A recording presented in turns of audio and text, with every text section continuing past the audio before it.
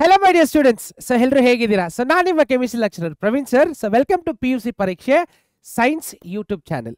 So ಇವತ್ತೊಂದು ಕ್ಲಾಸಲ್ಲಿ ನಾವು ಏನು ನೋಡ್ತೀವಿ ಅಂದರೆ ಹಿಂದಿನ chapter first PUC equilibrium chapter ತುಂಬ ಇಂಪಾರ್ಟೆಂಟ್ ಅಲ್ವಾ? ಆ ಚಾಪ್ಟರ್ದು KCET ಪಾರ್ಟ್ನ ನೋಡೋಣ.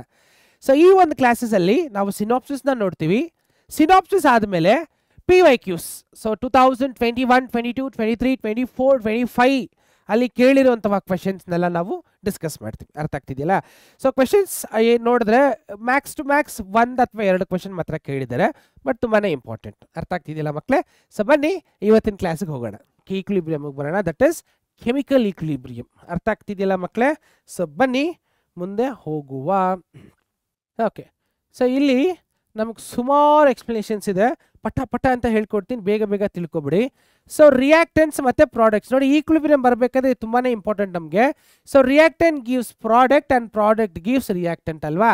ಸೊ ರಿಯಾಕ್ಟೆಂಟಿಂದ ಪ್ರಾಡಕ್ಟ್ ಹೋದರೆ ಅದನ್ನ ಫಾರ್ವರ್ಡ್ ರಿಯಾಕ್ಷನ್ ಅಂತ ಕರಿತೀವಿ. ಪ್ರಾಡಕ್ಟಿಂದ ರಿಯಾಕ್ಟೆಂಟ್ ಬಂದರೆ ಅದನ್ನು ಬ್ಯಾಕ್ವರ್ಡ್ ರಿಯಾಕ್ಷನ್ ಅಂತ ಕರಿತೀವಿ. ಇದೆಲ್ಲ ಗೊತ್ತಿರೋಂಥ ವಿಷಯ, forward reaction and backward reaction. So forward reaction will give you products, backward reaction will give you reactants. When a reaction has both the products, forward reaction and backward reaction, then those type of reactions are called as reversible reaction. Alva? So reversible reaction alla yav change, physical change, chemical change, yochne ಮಾಡಿ ಹೇಳಿ ನೋಡೋಣ ನನಗೆ. Yes. So rate of forward reaction is equal to rate of backward reaction, for which reversible reaction. Number, no change in the concentration of reactants and products. ಇದು change ಆಗಿರ್ಬೋದು, molecules ಬೇರೆ ಬೇರೆ ಬಂದಿರ್ಬೋದು, but concentration remains same. For example, nitrogen reacts with hydrogen to give 2 moles of ammonia NH3 ಅಲ್ವಾ? ಕರೆಕ್ಟಾ? ನೋಡಿ ಇಲ್ಲಿ amount of molecules remains same. 2 nitrogen 2 nitrogen, 6 hydrogen 6 hydrogen, but molecules ಬೇರೆ ಆಗಿರ್ಬೋದು. ಸೊ ಇಲ್ಲಿ ನೈಟ್ರೋಜನ್ ಗ್ಯಾಸು ಹೈಡ್ರೋಜನ್ ಗ್ಯಾಸ್ ಎರಡು mix ಆಗ್ಬಿಟ್ಟು ammonia ಬಂದಿರ್ಬೋದು, ಅದು ಬೇರೆ ಪ್ರಶ್ನೆ. ಸೊ ಇಲ್ಲಿ ಅವ್ರು ಹೇಳ್ತಿರೋದು ಏನಂದರೆ no change in the concentration of the reactants and products. So reactants products concentration ಯಾವುದು ಚೇಂಜ್ ಆಗಲ್ಲ. ಸೊ ಕೆಮಿಕಲ್ ಈಕ್ವಿಲಿಬ್ರಿಯಂ ಸೇಮ್ ಇರುತ್ತೆ, ಡೈನಾಮಿಕ್ ಈಕ್ವಿಲಿಬ್ರಿಯಂ ಸೇಮ್ ಇರುತ್ತೆ. ಅರ್ಥ ಆಗ್ತಿದೆಯಲ್ಲ? ಇಲ್ಲಿ ನೋಡಿ, ಫಾರ್ ಎಕ್ಸಾಂಪಲ್ ಇಲ್ಲಿ ಒಂದು ಬ್ಯೂಟಿಫುಲ್ ಎಕ್ಸಾಂಪಲ್ ಇದೆ ನೋಡಿ. 2 ಅಮೋನಿಯಾ ಮಾಲಿಕ್ಯೂಲ್ ಚೇಂಜ್ ಆಗುತ್ತೆ ನೋಡಿ. ಎಸ್, 2 ಅಮೋನಿಯಾ ಮಾಲಿಕ್ಯೂಲ್, ಇದು ನೈಟ್ರೋಜನ್ ಗ್ಯಾಸ್, ಇದು ಹೈಡ್ರೋಜನ್ ಗ್ಯಾಸು, ಎರಡು ಕಂಬೈಂಡ್ ಆದರೆ ಏನು ಬಂತು ನಿಮಗೆ? ಇಲ್ಲಿ ನೋಡಿ, ಅಮೋನಿಯಾ ಮಾಲಿಕ್ಯೂಲು, ಅದೆರಡು ಕಂಬೈಂಡ್ ಆಗ್ಬಿಟ್ಟು ನಿಮಗೆ ನೈಟ್ರೋಜನ್ ಹೈಡ್ರೋಜನ್ ಗ್ಯಾಸ್ ಕೂಡ ಬಂದ್ಬಿಡುತ್ತೆ. ಅರ್ಥ ಆಗ್ತಿದೆಯಲ್ಲ ಮಕ್ಕಳೇ? ಎಸ್. ನೆಕ್ಸ್ಟ್, ಸೊ ಇದ್ರದ್ದು ಒಂದು ಗ್ರಾಫ್ ಬರ್ಕೊಂಡು ಹೋದರೆ ನಾವು ಇಲ್ಲಿ ನೋಡಿ, ಒಂದು ನಿಮಿಷ. So concentration of reactions versus time, concentration of reactance. So reactance ಏನಾಗುತ್ತೆ, ಒಂದು ರಿಯಾಕ್ಷನಲ್ಲಿ ಟೈಮ್ ಆಗ್ತಾ ಆಗ್ತಾ ಕಮ್ಮಿ ಆಗ್ತಾ ಬರುತ್ತಲ್ವಾ? ಅದು ಯಾವ ಥರ ಕಮ್ಮಿ ಆಗುತ್ತೆ ನೋಡಿ. ಸೊ ಇವಾಗ 20 moles ತಗೊಂಡಿದ್ದೀನಿ ನಾನು. 20 moles ಟೈಮ್ ಇನ್ಕ್ರೀಸ್ ಆಗ್ತಾ ಆಗ್ತಾ 5 ಸೆಕೆಂಡ್ಗೆ ಎಷ್ಟು ಬಂತು? 10 molesಗೆ ಬಂತು. ನೆಕ್ಸ್ಟು 15 ಸೆಕೆಂಡ್ಸ್ಗೆ ಎಷ್ಟು ಬಂತು? 5 moleಗೆ ಬಂತು. ಆಮೇಲೆ ಏನಾಗುತ್ತೋ ಈಕ್ವಿಲಿಬ್ರಿಯಂನ ಅಟೆಂಡ್ ಮಾಡಿಬಿಡುತ್ತೆ. ಅರ್ಥ ಆಗ್ತಿದೆಯಲ್ಲ? ಸೊ ಈ ಪಾಯಿಂಟ್ನ ನಾವು ಈಕ್ವಿಲಿಬ್ರಿಯಂ ಪಾಯಿಂಟ್ ಅಂತ ಕರಿತೀವಿ. ಏನಂತ ಕರಿತೀವಿ ಅದನ್ನ? ರಿಯಾಕ್ಷನ್ ಆಗಲ್ಲ, ರಿಯಾಕ್ಷನ್ ಸ್ಟಾಪ್ ಆಗಿಬಿಡುತ್ತೆ, ಯಾಕಂದರೆ ರಿಯಾಕ್ಟೆನ್ಸ್ ಎಲ್ಲ ಕನ್ಸ್ಯೂಮ್ ಆಗಿಬಿಟ್ಟಿರುತ್ತೆ. ಆ ಒಂದು ಪಾಯಿಂಟ್ನ ನಾವು ಈಕ್ವಿಲಿಬ್ರಿಯಂ ಪಾಯಿಂಟ್ ಅಂತ ಕರಿತೀವಿ. ಏನಂತ ಕರಿತೀವಿ? Equilibrium point. ಸೊ ಯಾವ ಟೈಮ್ ಪಾಯಿಂಟಲ್ಲಿ ಈಕ್ವಿಲಿಬ್ರಿಯಂ ಅಟ್ಯಾಚ್ ಆಗಿದೆ? ಸೊ 10 to 15 ಮಧ್ಯದಲ್ಲಿ 12.5 ಅಂತ ಕರಿಬೋದಾ? ಸೊ 12.5 ಸೆಕೆಂಡ್ಸ್ಗೆ ಈಕ್ವಿಲಿಬ್ರಿಯಂ ಪಾಯಿಂಟ್ ಅಟ್ಯಾಚ್ ಆಗಿದೆ. ಇದು ರಿಯಾಕ್ಟೆನ್ಸ್ಗೆ ಆಯಿತು. ಇದೇ ಥರ ಪ್ರಾಡಕ್ಟ್ಸ್ಗೆ ಬರೋಣ. ಪ್ರಾಡಕ್ಟ್ಸ್ ಏನಾಗುತ್ತೆ ಮಕ್ಕಳೇ? ಟೈಮ್ ಇನ್ಕ್ರೀಸ್ ಆಗ್ತಾ ಆಗ್ತಾ ಆಬ್ವಿಯಸ್ಲಿ ಪ್ರಾಡಕ್ಟ್ಸ್ ಜಾಸ್ತಿ ಆಗಲೇಬೇಕು, ಹೌದಾ ಇಲ್ವಾ? ಸೊ ಟೈಮ್ ಹೋಗ್ತಾ ಹೋಗ್ತಾ ಪ್ರಾಡಕ್ಟ್ಸ್ ಏನಾಗುತ್ತೆ? ಜಾಸ್ತಿ ಆಗ್ತಾ ಹೋಗುತ್ತೆ. ಸೊ 0 ಸ್ಟಾರ್ಟ್ ಆಗುತ್ತೆ ನೋಡಿ, 0 ಸ್ಟಾರ್ಟ್ ಆಗಿ ಆಮೇಲೆ ಇದು ಕೂಡ ಅಷ್ಟೇ ಈಕ್ವಿಲಿಬ್ರಿಯಂನ ಅಟೆಂಡ್ ಮಾಡಿಬಿಡುತ್ತೆ. ಕಾಣಿಸ್ತಿದೆಯಾ? ಇದೇನಾಗ್ಬಿಡುತ್ತೆ? ಈಕ್ವಿಲಿಬ್ರಿಯಂನ ಅಟೆಂಡ್ ಮಾಡಿಬಿಡುತ್ತೆ. ಸೊ ಇದು ಪ್ರಾಡಕ್ಟ್ಸು 0 ಸ್ಟಾರ್ಟ್ ಮಾಡಿ ಈಕ್ವಿಲಿಬ್ರಿಯಂನ ಅಟೆಂಡ್ ಮಾಡಿಬಿಡುತ್ತೆ. ಈಗ ಈ ಫಾರ್ಮೇಷನ್ ಆಫ್ ಪ್ರಾಡಕ್ಟ್ಸ್ ಮತ್ತು ಫಾರ್ಮೇಷನ್ ಆಫ್ ರಿಯಾಕ್ಟೆನ್ಸ್ ಎರಡೂ ಒಂದೇ ಗ್ರಾಫಲ್ಲಿ ಹಾಕಿದ್ರೆ, ಎಸ್ ನೋಡಿ, ಎರಡೂ ಒಂದೇ ಗ್ರಾಫಲ್ಲಿ ಹಾಕಿದ್ರೆ ಸೊ ಈಕ್ವಿಲಿಬ್ರಿಯಂ ಪಾಯಿಂಟು ಅದಕ್ಕೂ ಇದಕ್ಕೂ ಒಂದು ಸ್ವಲ್ಪ ಆಲ್ಟ್ರ್ ಇರ್ಬೋದು, ಬಟ್ ಎರಡೂ ಗ್ರಾಫ್ಗೂ ಹಾಕ್ಬಿಟ್ಟು ನಾನು ಅದರದ್ದು ಮೀನ್ ವ್ಯಾಲ್ಯೂ ತೊಗೊಂಡ್ರೆ I am going to get 15. Okay, the rate of formation of products is equal to rate of formation of reactants. So ಈ ಸಣ್ಣ ಗ್ರಾಫ್ನ ಇಟ್ಕೊಂಡು ಆ ಒಂದು ಕೆಮಿಕಲ್ ಈಕ್ವಿಲಿಬ್ರಿಯಂ ಕಾನ್ಸೆಪ್ಟ್ ನಾನು ಎಕ್ಸ್ಪ್ಲೇನ್ ಮಾಡ್ಬೋದು. Rate of formation of reactants is equal to rate of dissociation or rate of dissolution of reactants is equal to rate of formation of products ಅಂತ. ಅರ್ಥ ಆಗ್ತಿದೆಯಲ್ಲ? ಎಸ್. ನೆಕ್ಸ್ಟ್, ಸೊ ಫಿಸಿಕಲ್ ಕ್ಯಾರೆಕ್ಟರಿಸ್ಟಿಕ್ನೇ chemical characteristics ನೋಡ್ಕೊಂಡು ಹೋಗ್ತಾ ಇರೋಣ. ಬನ್ನಿ point number ಒಂದೊಂದೇ ನೋಡ್ಕೊಂಡು ಹೋಗೋಣ. Characteristics of chemical equilibria. Point number 1, possible only in closed system. So ಒಂದು ಕ್ಲೋಸ್ ಸಿಸ್ಟಮಲ್ಲಿ ಮಾತ್ರ ಮಾಡ್ಲಿಕ್ಕೆ ಪಾಸಿಬಲ್ ಆಗಿರುತ್ತೆ. ಸೊ ಸಿಸ್ಟಮ್ ಇನ್ಸೈಡ್ ಇರೋ ಕಂಟೆಂಟ್ಸು ಅಟ್ಮಾಸ್ಫಿಯರ್ಗೂ ಸಂಬಂಧ ಇರಬಾರದು. Point number 2. So point number 2, dynamic in nature. Dynamic ಅಂದರೆ ಮೂವ್ಮೆಂಟ್ ಅಂತ ಅರ್ಥ, ಆ ಕಡೆ ಈ ಕಡೆ ಓಡಾಡ್ತಾ ಇರುತ್ತೆ molecules. So dynamic in nature. Point number 3, properties of the system remains constant. Same ಯಾವ್ಯಾವ್ದು ಪ್ರಾಪರ್ಟೀಸ್ ಅಂತ ಅನ್ಕೋಬೋದು ನೀವು, vapour pressure, temperature, colour, concentration ಅದೆಲ್ಲ ಏನಾಗಿರುತ್ತೆ ಸೇಮ್ ಆಗಿರುತ್ತೆ. ಅದಕ್ಕೆ ಇದನ್ನ ನಾವು ಫಿಸಿಕಲ್ ಕೆಮಿಸ್ಟ್ರಿಗೆ ಈಕ್ವೇಟ್ ಮಾಡೋದು. ಅರ್ಥ ಆಗ್ತಿದೆಯಾ? Next, chemical equilibrium can be achieved from both side. So ಏನು ಈ ಪದ, ಈ ವರ್ಡ್ ಏನು ಹೇಳುತ್ತೆ ಅಂದರೆ ಈಕ್ವಿಲಿಬ್ರಿಯಂನ ಅಟೆಂಡ್ ಮಾಡೋಕ್ಕೆ ಒಂದು ಎಕ್ಸಾಂಪಲ್ ನಾವೇನು ತೊಗೊಂಡ್ವಿ, nitrogen reacts with hydrogen to give ammonia ಅಲ್ವಾ. Either I can increase nitrogen and make equilibrium attain faster, or I can decrease hydrogen and make formation faster. So ಇಲ್ಲಿರೋ ಎರಡು ಕಾನ್ಸಂಟ್ರೇಷನ್ ಆಲ್ಟರ್ ಮಾಡಿಕೊಂಡು ಈಕ್ವಿಲಿಬ್ರಿಯಂನ ನಾನು ಬೇಗ ಅಟೆಂಡ್ ಮಾಡಿಸ್ಬೋದು. ಅರ್ಥ ಆಗ್ತಿದೆಯಲ್ಲ? ಮತ್ತೆ ಬನ್ನಿ next point number 5, same. So ಇಲ್ಲಿ ಅವ್ರು ಆ್ಯಕ್ಚುಲಿ ಎಕ್ಸಾಂಪಲ್ ಬಂದ್ಬಿಟ್ಟು ಏನು ಕೊಟ್ಟಿದ್ದಾರೆ ಅಂದರೆ hydrogen iodine will give you hydrogen iodide ತಿರ್ಗಾ H2 ಮತ್ತು I2. ಇದು ಎಲ್ಲ ಕೆಮಿಕಲ್ ರಿಯಾಕ್ಷನ್ಗೆ ಆಗುತ್ತಾ ಅಂದರೆ ಖಂಡಿತವಾಗ್ಲೂ ಅಲ್ಲ. ಇದು ಬರೀ ರಿವರ್ಸಿಬಲ್ ರಿಯಾಕ್ಷನ್ಸ್ಗೆ ಮಾತ್ರ. ಈ ಒಂದು ಸಿಂಬಲ್ ಬರುತ್ತೆ ಗೊತ್ತಾ, ಅಂಥ ರಿಯಾಕ್ಷನ್ಸ್ಗೆ ಮಾತ್ರ ಇದು ಓಕೆ ಆಗುತ್ತೆ, ಎಲ್ಲ ರಿಯಾಕ್ಷನ್ಸ್ಗೂ ಆಗಲ್ಲ. ಫಾರ್ಮೇಷನ್ ಆಫ್ ಸೋಡಿಯಂ ಕ್ಲೋರೈಡ್ಗೆ ಆಗಲ್ಲ. ಒಂದ್ಸತಿ ಸೋಡಿಯಂ ಕ್ಲೋರೈಡ್ ಆಯಿತು ಅಂದರೆ so rate of formation of sodium chloride is not equal to rate of formation of sodium and chlorine. ಇದು ಬರೀ ರಿವರ್ಸಿಬಲ್ ರಿಯಾಕ್ಷನ್, ಈ ಸಿಂಬಲ್ ಇರುವಂಥ ಕೆಮಿಕಲ್ ರಿಯಾಕ್ಷನ್ಸ್ಗೆ ಮಾತ್ರ ಯೂಸ್ ಆಗುತ್ತೆ. ಅರ್ಥ ಆಗ್ತಿದೆಯಲ್ಲ ಮಕ್ಕಳೇ? ಎಸ್, ಅದಕ್ಕೊಂದು ಸಣ್ಣ ಗ್ರಾಫ್ ಇದೆ, ಬೇಕಂದ್ರೆ ನೀವು ಗ್ರಾಫ್ ನೋಡ್ಬೋದು. So concentration versus time where equilibrium is attained exactly in the middle. So ಇದು rate of decretion of products, ಇದು rate of formation of products. So ಎರಡೂ ಸೈಮೆಂಟೇನಿಯಸ್ ಆಗಿ ಬರುವಂಥ ಗ್ರಾಫ್ ಅಥವಾ ಸ್ಲೋಪೇ ಇಲ್ಲದೆ ಇರೋ ಅಂಥ ಗೆರೆ ಅಥವಾ ದಾರಿ ಎಲ್ಲಿರುತ್ತೋ ಅಲ್ಲೊಂದು ಲೈನ್ ಹೇಳಿದ್ರೆ ಅದೇ ಈಕ್ವಿಲಿಬ್ರಿಯಂ ಆಗಿರುತ್ತೆ.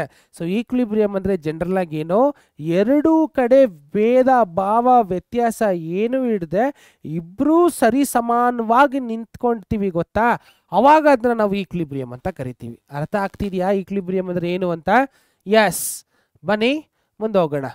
So law of chemical equilibrium and equilibrium constant. So ಇಲ್ಲಿ ತನಕ ಈಕ್ವಿಲಿಬ್ರಿಯಂ ಫಿಸಿಕಲ್ದಾಯಿತು, ಕೆಮಿಕಲ್ದಾಯಿತು. ಸೊ ಯಾವ ಥರ ಕೆಮಿಕಲಲ್ಲಿ ಅಟೆಂಡ್ ಮಾಡ್ಬೋದು ಅಂತಲೂ ಗೊತ್ತಾಯಿತು.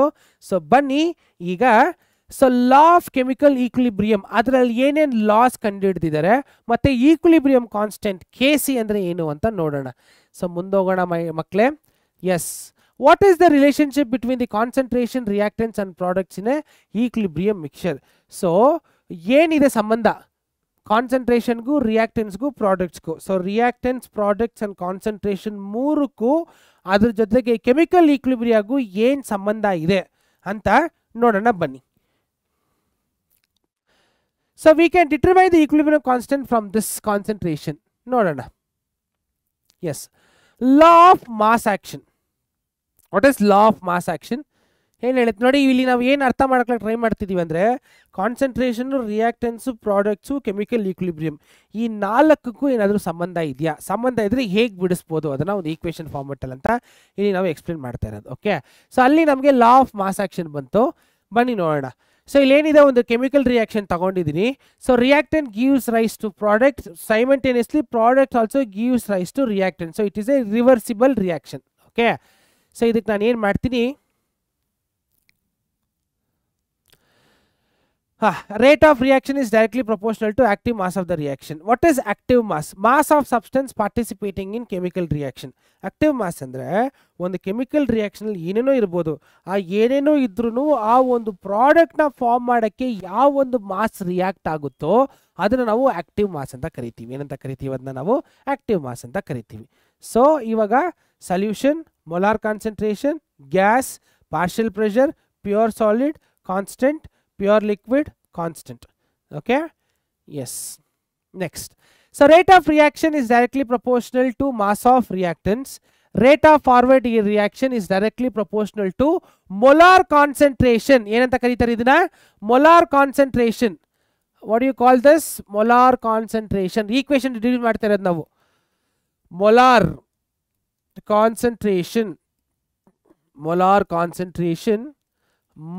ಕಾನ್ಸಂಟ್ರೇಷನ್ ಆಫ್ ರಿಯಾಕ್ಟೆನ್ಸ್ ಏನಂತ ಕರಿತೀವಿ ಮಕ್ಕಳ? ಇದನ್ನ ಮೊಲಾರ್ ಕಾನ್ಸಂಟ್ರೇಷನ್ ಆಫ್ ರಿಯಾಕ್ಟೆನ್ಸ್ ಅಂತ ಕರಿತೀವಿ.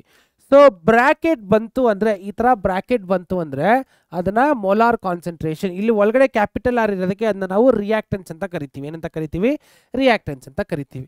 Next, so R F is equal to K F of R. ಇಲ್ಲಿ ನೋಡಿ, ಆರ್ ಎಫ್ ಅಂದ್ರೆ rate of forward reaction is directly proportional to molar concentration of reactants ಅಂತ ಬಂತು ಅಲ್ವಾ? ಅಂದ್ರೆ ಡೈರೆಕ್ಟ್ಲಿ ಪ್ರಪೋರ್ಷನಲ್ ಅಲ್ವಾ? ಈ ಡೈರೆಕ್ಟ್ಲಿ ಪ್ರಪೋರ್ಷನಲ್ ರಿಮೂವ್ ಮಾಡಕ್ಕೆ ಏನ್ ಮಾಡ್ತಾರೆ? ಹೆನ್ರೀಸ್ ಕಾನ್ಸ್ಟೆಂಟ್ ತರ ಇಲ್ಲಿ ಇನ್ನೊಂದು ಕಾನ್ಸ್ಟೆಂಟ್ ಇಂಟ್ರೊಡ್ಯೂಸ್ ಮಾಡ್ತಾರೆ. ಇದನ್ನ equilibrium constant for forward reaction ಅಂತ ಹೆಸರು ಕೊಡ್ತಾರೆ. ಏನಂತ ಹೆಸರು ಕೊಡ್ತಾರೆ? Equilibrium constant for forward reaction ನ ಬರ್ದಿ ಈಕ್ವೇಶನ್ ನ ಕಂಪ್ಲೀಟ್ ಮಾಡ್ತಾರೆ. ಇದೇ ತರ ಬ್ಯಾಕ್ವರ್ಡ್ ರಿಯಾಕ್ಷನ್ಗೂ ಬರೀತಾರೆ. ಓಕೆ, ಸೇಮ್ ಆರ್ ಬಿ ಅಂದ್ರೆ rate of backward reaction is directly proportional to ಏನಿರ್ಬೋದು? ಏನಿದು? Molar concentration of products. ಈ ಮೊಲಾರಿಟಿನ ಇದು what is that concentration directly proportional remove ಮಾಡೋಕ್ಕೆ ಇನ್ನೊಂದು ಈಕ್ವಿಲಿಬ್ರಿಯಂ ಕಾನ್ಸ್ಟೆಂಟ್ ಇಂಟ್ರೊಡ್ಯೂಸ್ ಮಾಡ್ತಾರೆ. ಅದನ್ನ ಕೆ ಬಿ ಅಂತ ಹೆಸರು ಕೊಡ್ತಾರೆ. Okay, so at equilibrium rate of forward reaction is equal to rate of backward reaction. ಇಲ್ಲಿ ತನಕ ಎಲ್ರಿಗೂ ಅರ್ಥ ಆಯ್ತಲ್ಲ? ಸೊ ಒಂದು ರಿವರ್ಸಿಬಲ್ ರಿಯಾಕ್ಷನ್ ತಗೊಂಡು ರೇಟ್ ಆಫ್ ಫಾರ್ವರ್ಡ್ ರಿಯಾಕ್ಷನ್ಗೂ ಮೊಲಾರ್ ಕಾನ್ಸಂಟ್ರೇಷನ್ ಆಫ್ ರಿಯಾಕ್ಟನ್ಗೂ ಎಕ್ಸಾಂಪಲ್ ಕೊಟ್ಟು ಒಂದು ಈಕ್ವೇಶನ್ ತಗೊಂಬಂದ್ವಿ. ಇದನ್ನ ಈಕ್ವೇಶನ್ 1 ಅಂತ ಕರಿತೀವಿ. ಅದೇ ತರ backward reaction is directly proportional to rate of formation of product ಅಂತ ಕೊಟ್ಟು ಅದಕ್ಕೊಂದು ರಿಲೇಷನ್ ಎತ್ಕೊಂಡ್ಬಂದ್ವಿ ಅಲ್ಲ? So rate of backward reaction is equal to what is this equilibrium constant of backward reaction into molar concentration of product. ಇದನ್ನ equation 2 ಅಂತ ಕರೆದ್ವಿ. ಇವಾಗ next, equilibrium ಅಲ್ಲಿ ಏನಾಗಿರುತ್ತೆ? ಫಾರ್ವರ್ಡ್ ರಿಯಾಕ್ಷನ್ ಬ್ಯಾಕ್ವರ್ಡ್ ರಿಯಾಕ್ಷನ್ ಎರಡೂ ಆಗಲ್ಲ, ಎರಡೂ ಸರಿ ಸಮಾನವಾಗಿ ಆಗಿರುತ್ತೆ. ಬಿಕಾಸ್ ಎರಡೂ ರೇಟು ಸೇಮ್ ಆಗ್ಬಿಟ್ಟಿರುತ್ತಲ್ವಾ?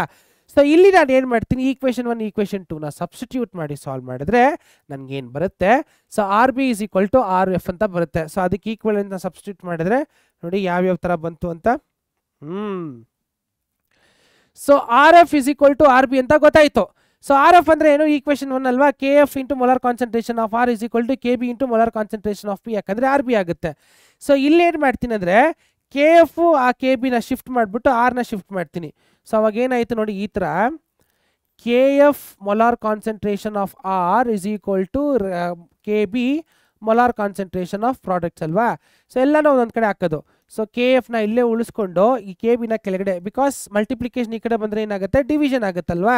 ಸೊ ಅದೇ ತರ molar concentration of products divided by molar concentration of reactance. ಅರ್ಥ ಆಗ್ತಿದೆಯಲ್ಲ?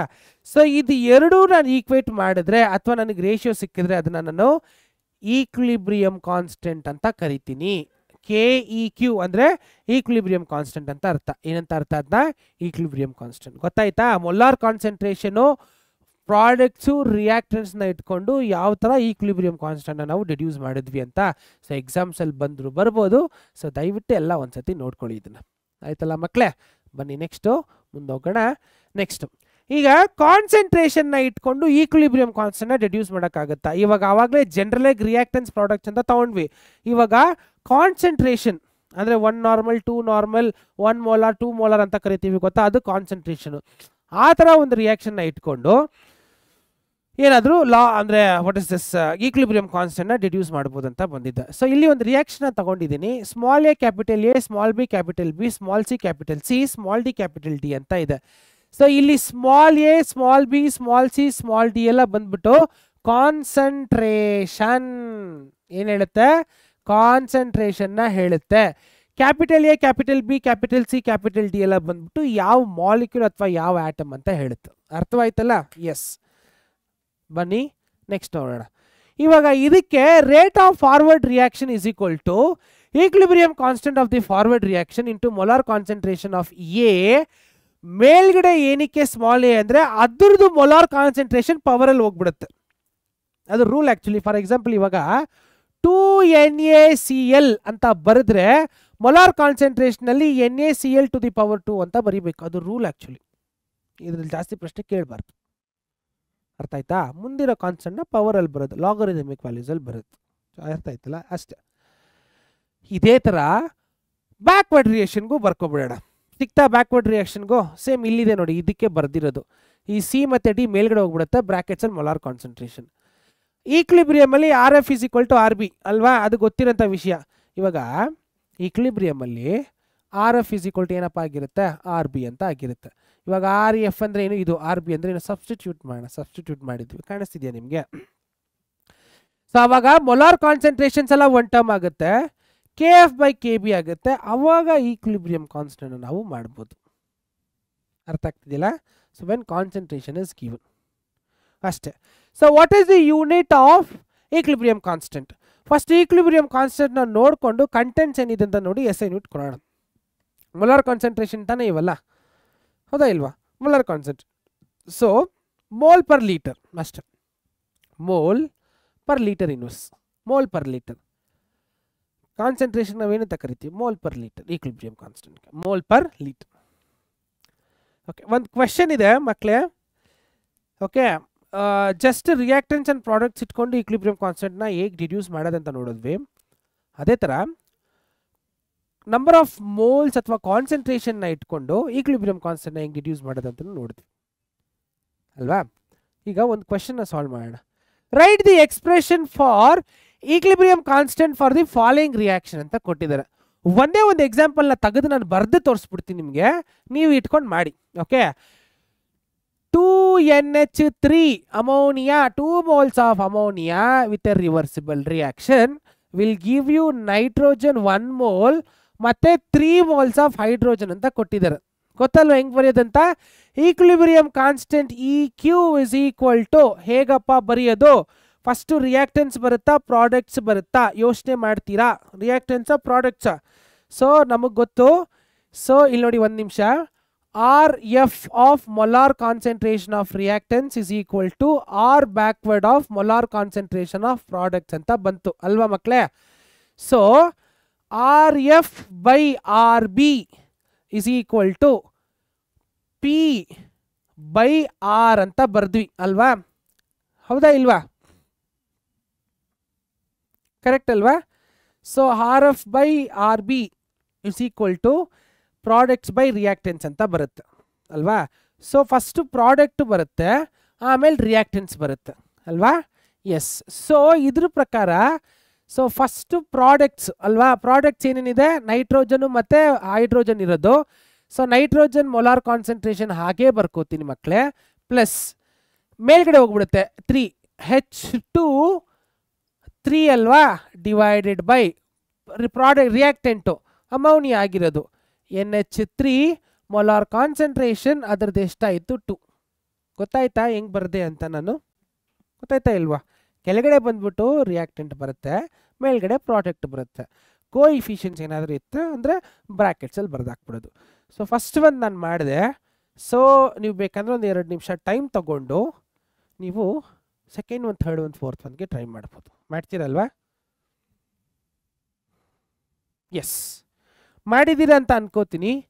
ಸೊ ನಾನು ಇಲ್ಲಿ ಸೊಲ್ಯೂಷನ್ಸ್ ಹಾಕಿದ್ದೀರಿ. ಸೊ ಅಮೋನಿಯಾಗೆ ಹೆಂಗಿದ್ರು ಸಾಲ್ವ್ ಮಾಡಿದ್ದೆ. ಇಲ್ಲಿ PCl5ಗೂ ಇದೆ. ಸೊ ನೀವು ಬರ್ಕೋಬೋದು ಮಕ್ಕಳೇ, ಬೇಕಂದರೆ ವೀಡಿಯೋನ ಪಾಸ್ ಮಾಡಿಕೊಂಡು ಇಲ್ಲಿ ಸಾಲ್ವ್ ಆಗಿರೋದು ನೋಡಿ ಟ್ರೈ ಮಾಡಿಕೊಡಿ. ಅರ್ಥ ಆಗ್ತಿದೆಯಲ್ಲ? ಸಿಂಪಲ್ ಇದೆ, ಏನಿಲ್ಲ. ಇಲ್ಲಿ ನೋಡಿ 2 ಬಂತಲ್ಲ, 2 ಪವರ್ಗೆ ಹೋಗ್ಬಿಡುತ್ತೆ ಅಷ್ಟೇ, ಸಿಂಪಲ್ ಅಷ್ಟೆ. ಮೇಲ್ಗಡೆ ರಿಯಾಕ್ಟೆನ್ಸ್ ಪ್ರಾಡಕ್ಟ್ಸು, ಕೆಳಗಡೆ ರಿಯಾಕ್ಟೆನ್ಸು. ಬನ್ನಿ ಮುಂದೆ ಹೋಗೋಣ. So types of equilibrium. So types of equilibrium ಅಲ್ಲಿ 2 ಟೈಪ್ಸ್ ಆಫ್ ಈಕ್ಲಿಬ್ರಿಯಮ್ ಬರುತ್ತೆ. ಫಸ್ಟ್ ಬಂದ್ಬಿಟ್ಟು ಹೋಮೋಜಿನಿಯಸ್ ಈಕ್ಲಿಬ್ರಿಯಮ್ ಮತ್ತೆ ಹೆಟಿರೋಜಿನಿಯಸ್ ಈಕ್ಲಿಬ್ರಿಯಮ್. ಏನು ಹೋಮೋಜಿನಿಯಸ್ ಈಕ್ಲಿಬ್ರಿಯಮ್ ಅಂದರೆ ಬೇಗ ಬೇಗ ಮಾಡೋಣ. All the reactants and products are in the same phase. Same phase ಅಂದರೆ ಒಂದೇ ಫೇಸಲ್ಲಿ ಇರುತ್ತೆ. ಫಾರ್ ಎಕ್ಸಾಂಪಲ್ ಗ್ಯಾಸ್ ಅಂದರೆ ಗ್ಯಾಸ್, ಸಾಲಿಡ್ ಅಂದರೆ ಸಾಲಿಡ್, ಲಿಕ್ವಿಡ್ ಅಂದರೆ ಗ್ಯಾಸ್ ಲಿಕ್ವಿಡ್. ಎಕ್ಸಾಂಪಲ್ ಇದಕ್ಕೆ nitrogen reacting with hydrogen. Okay, ಇನ್ನು ಒಂದು iron react with cyanide thiocyanate, ಅದೆರಡು liquid solid. Okay, next heterogeneous equilibria. ಏನು ಹೆಟಿರೋಜಿನಿಯಸ್ ಈಕ್ಲಿಬ್ರಿಯಾ ಅಂದರೆ ಡಿಫ್ರೆಂಟ್ ಫೇಸಲ್ಲಿ ಇರುತ್ತೆ ರಿಯಾಕ್ಟೆನ್ಸ್ ಪ್ರಾಡಕ್ಟ್ಸ್ ಆಗಿರಲಿ. ಸೊ ಇಲ್ಲಿ water liquid converts to water gas ಅಲ್ವಾ. ಇನ್ನು ಒಂದು calcium hydroxide plus X amount of water will give you calcium plus hydroxide AQS. ಸಾಲಿಡಿಂದ ಏನಾಯಿತು AQSಗೆ ಬಂತು ಅಲ್ವಾ. S, next. ಸೊ ಈಗ ಇದರಲ್ಲಿ ಏನೇನು ನೋಡಿದ್ವಿ ನಾವು? ಸೊ ಸಮರಿ ಕೊಟ್ಟಿದ್ದೀರಿ. ಸಾಲಿಬಿಲಿಟಿ ನೋಡಿದ್ವಿ, ಫಿಸಿಕಲ್ ಸಾಲಿಬಿಲಿಟಿ, ಕೆಮಿಕಲ್ ಸಾಲಿಬಿಲಿಟಿ ನೋಡಿದ್ವಿ, ಹೆನ್ರೀಸ್ ಲಾ ನೋಡಿದ್ವಿ, ಮತ್ತು ಈಕ್ಲಿಬ್ರಿಯಮ್ ಅಟ್ ಸಾಲಿಡ್ ಆ್ಯಂಡ್ ಲಿಕ್ವಿಡ್ ನೋಡಿದ್ವಿ. ಅದಾದಮೇಲೆ ಕಾನ್ಸಂಟ್ರೇಷನು, ಮೊಲಾರ್ ಕಾನ್ಸಂಟ್ರೇಷನು, ಪ್ರಾಡಕ್ಟ್ಸು ಮತ್ತು ರಿಯಾಕ್ಷನ್ಸ್ನ ಇಟ್ಕೊಂಡು ಈಕ್ವಿಲಿಬ್ರಿಯಂ ಕಾನ್ಸ್ಟೆಂಟ್ನ ಹೆಂಗೆ ಡಿರೈವ್ ಮಾಡೋದು ಅಂತ ನೋಡಿದ್ವಿ. ಹೋಮೋಜಿನಿಯಸ್ ಈಕ್ವಿಲಿಬ್ರಿಯಂ ನೋಡಿದ್ವಿ, ಹೆಟಿರೋಜಿನಿಯಸ್ ಈಕ್ವಿಲಿಬ್ರಿಯಂ ಕೂಡ ನೋಡಿದ್ವಿ ಅಲ್ವಾ ಮಕ್ಕಳೇ. ಸೊ ಬನ್ನಿ ನೆಕ್ಸ್ಟ್ ಹೋಗೋಣ. ಒಂದು ಕ್ವೆಶನ್ ಇದೆ, what is equilibrium constant for the equilibrium constant for the following equilibrium where the equilibrium concentration for each substances ಕೊಟ್ಟಿದ್ದಾರೆ. ಸೊ ನೋಡಿ ಕ್ವೆಶನು, ಬನ್ನಿ ಇದು ಒಂದನ್ನು ಸಾಲ್ವ್ ಮಾಡೋಣ. ಇಲ್ಲಿ ಕೊಟ್ಟಿದ್ದಾರೆ, ಏನೇನು ಕೊಟ್ಟಿದ್ದಾರೆ. So what is the equilibrium for the following, ಇದಕ್ಕೆ ನಾವೇನು ಸಾಲ್ವ್ ಮಾಡಬೇಕು, ಸಬ್ಸ್ಟಿಟ್ಯೂಟ್ ಮಾಡಿಬಿಟ್ಟು ಈ ಕೆ ಇ ಕ್ಯೂ ಕಂಡುಹಿಡ್ಕೋಬೇಕು. ಫಸ್ಟ್ ಈಕ್ವೇಷನ್ ಬರ್ಕೊಬಿಡೋಣ. ಅರ್ಥ ಆಯ್ತಲ್ಲ ಪ್ರಾಬ್ಲಮ್ ಏನು ಅಂತ. So E Q is equal to ಏನಪ್ಪ, ಕಾನ್ಸಂಟ್ರೇಷನ್ ಆಫ್ ದಿ ಪ್ರಾಡಕ್ಟ್ಸ್ ಅಂದರೆ SO3 ಅದರದ್ದು ಮೊಲಾರ್ ಕಾನ್ಸಂಟ್ರೇಷನಲ್ಲಿ ಟ್ವೈಸ್ ಬರುತ್ತೆ, divided by molar concentration of reactants that is SO2 sulphur dioxide to the power 2 plus ಇನ್ನೇನಿದೆ ನಮ್ಮ ಹತ್ರ ಪ್ರಾಡಕ್ಟ್ಸಲ್ಲಿ ಬರುತ್ತೆ, ಸಾರಿ ಇದು ಪ್ರಾಡಕ್ಟ್ಸಲ್ಲಿ ಬರುತ್ತೆ ಮಕ್ಕಳೇ. ಸೊ ನೆಕ್ಸ್ಟ್ ಇನ್ನೇನಿದೆ, ಆಕ್ಸಿಜನ್ ಇದೆ. ಆಕ್ಸಿಜನ್ಗೆ ಏನು ಕಾನ್ಸಂಟ್ರೇಷನ್ ಇಲ್ಲ. ಸೊ ಈಗ ವ್ಯಾಲ್ಯೂ ಸಬ್ಸ್ಟಿಟ್ಯೂಟ್ ಮಾಡೋಣ. SO2 SO3 ಆ್ಯಕ್ಚುಲಿ SO3 ಕಂಡುಹಿಡಿಬೇಕು. ಈಕ್ವಿಲಿಬ್ರಿಯಂ ಕಾನ್ಸ್ಟೆಂಟ್ ಕೊಟ್ಟು what is the following equilibrium constant and SO3 ಅಂತ ಕೇಳಿದೆ ಅಲ್ವಾ. ಎಸ್, ಸಬ್ಸ್ಟಿಟ್ಯೂಟ್ ಮಾಡೋಣ. SO3 ಬಂದ್ಬಿಟ್ಟು 1.90 ಟು ದಿ ಪವರ್ ಎಷ್ಟು ಬಂತು, to the power 2 divided by SO2 0.60 ಅದಕ್ಕೆ ಪವರ್ 2 ಬರುತ್ತೆ ಯಾಕಂದರೆ 2 ಮೋಲ್ಸ್ ಅಲ್ವಾ, ಇಂಟು ಆಕ್ಸಿಜನ್ ಎಷ್ಟಪ್ಪ, ಆಕ್ಸಿಜನ್ದು 0.82 ಅಂತ ಇದೆ, 0.82. ಸೊ ಇದನ್ನ ನೀವು ಕ್ಯಾಲ್ಕುಲೇಟರ್ ಇಟ್ಕೊಂಡೆ ಸಾಲ್ವ್ ಮಾಡ್ಬೋದು.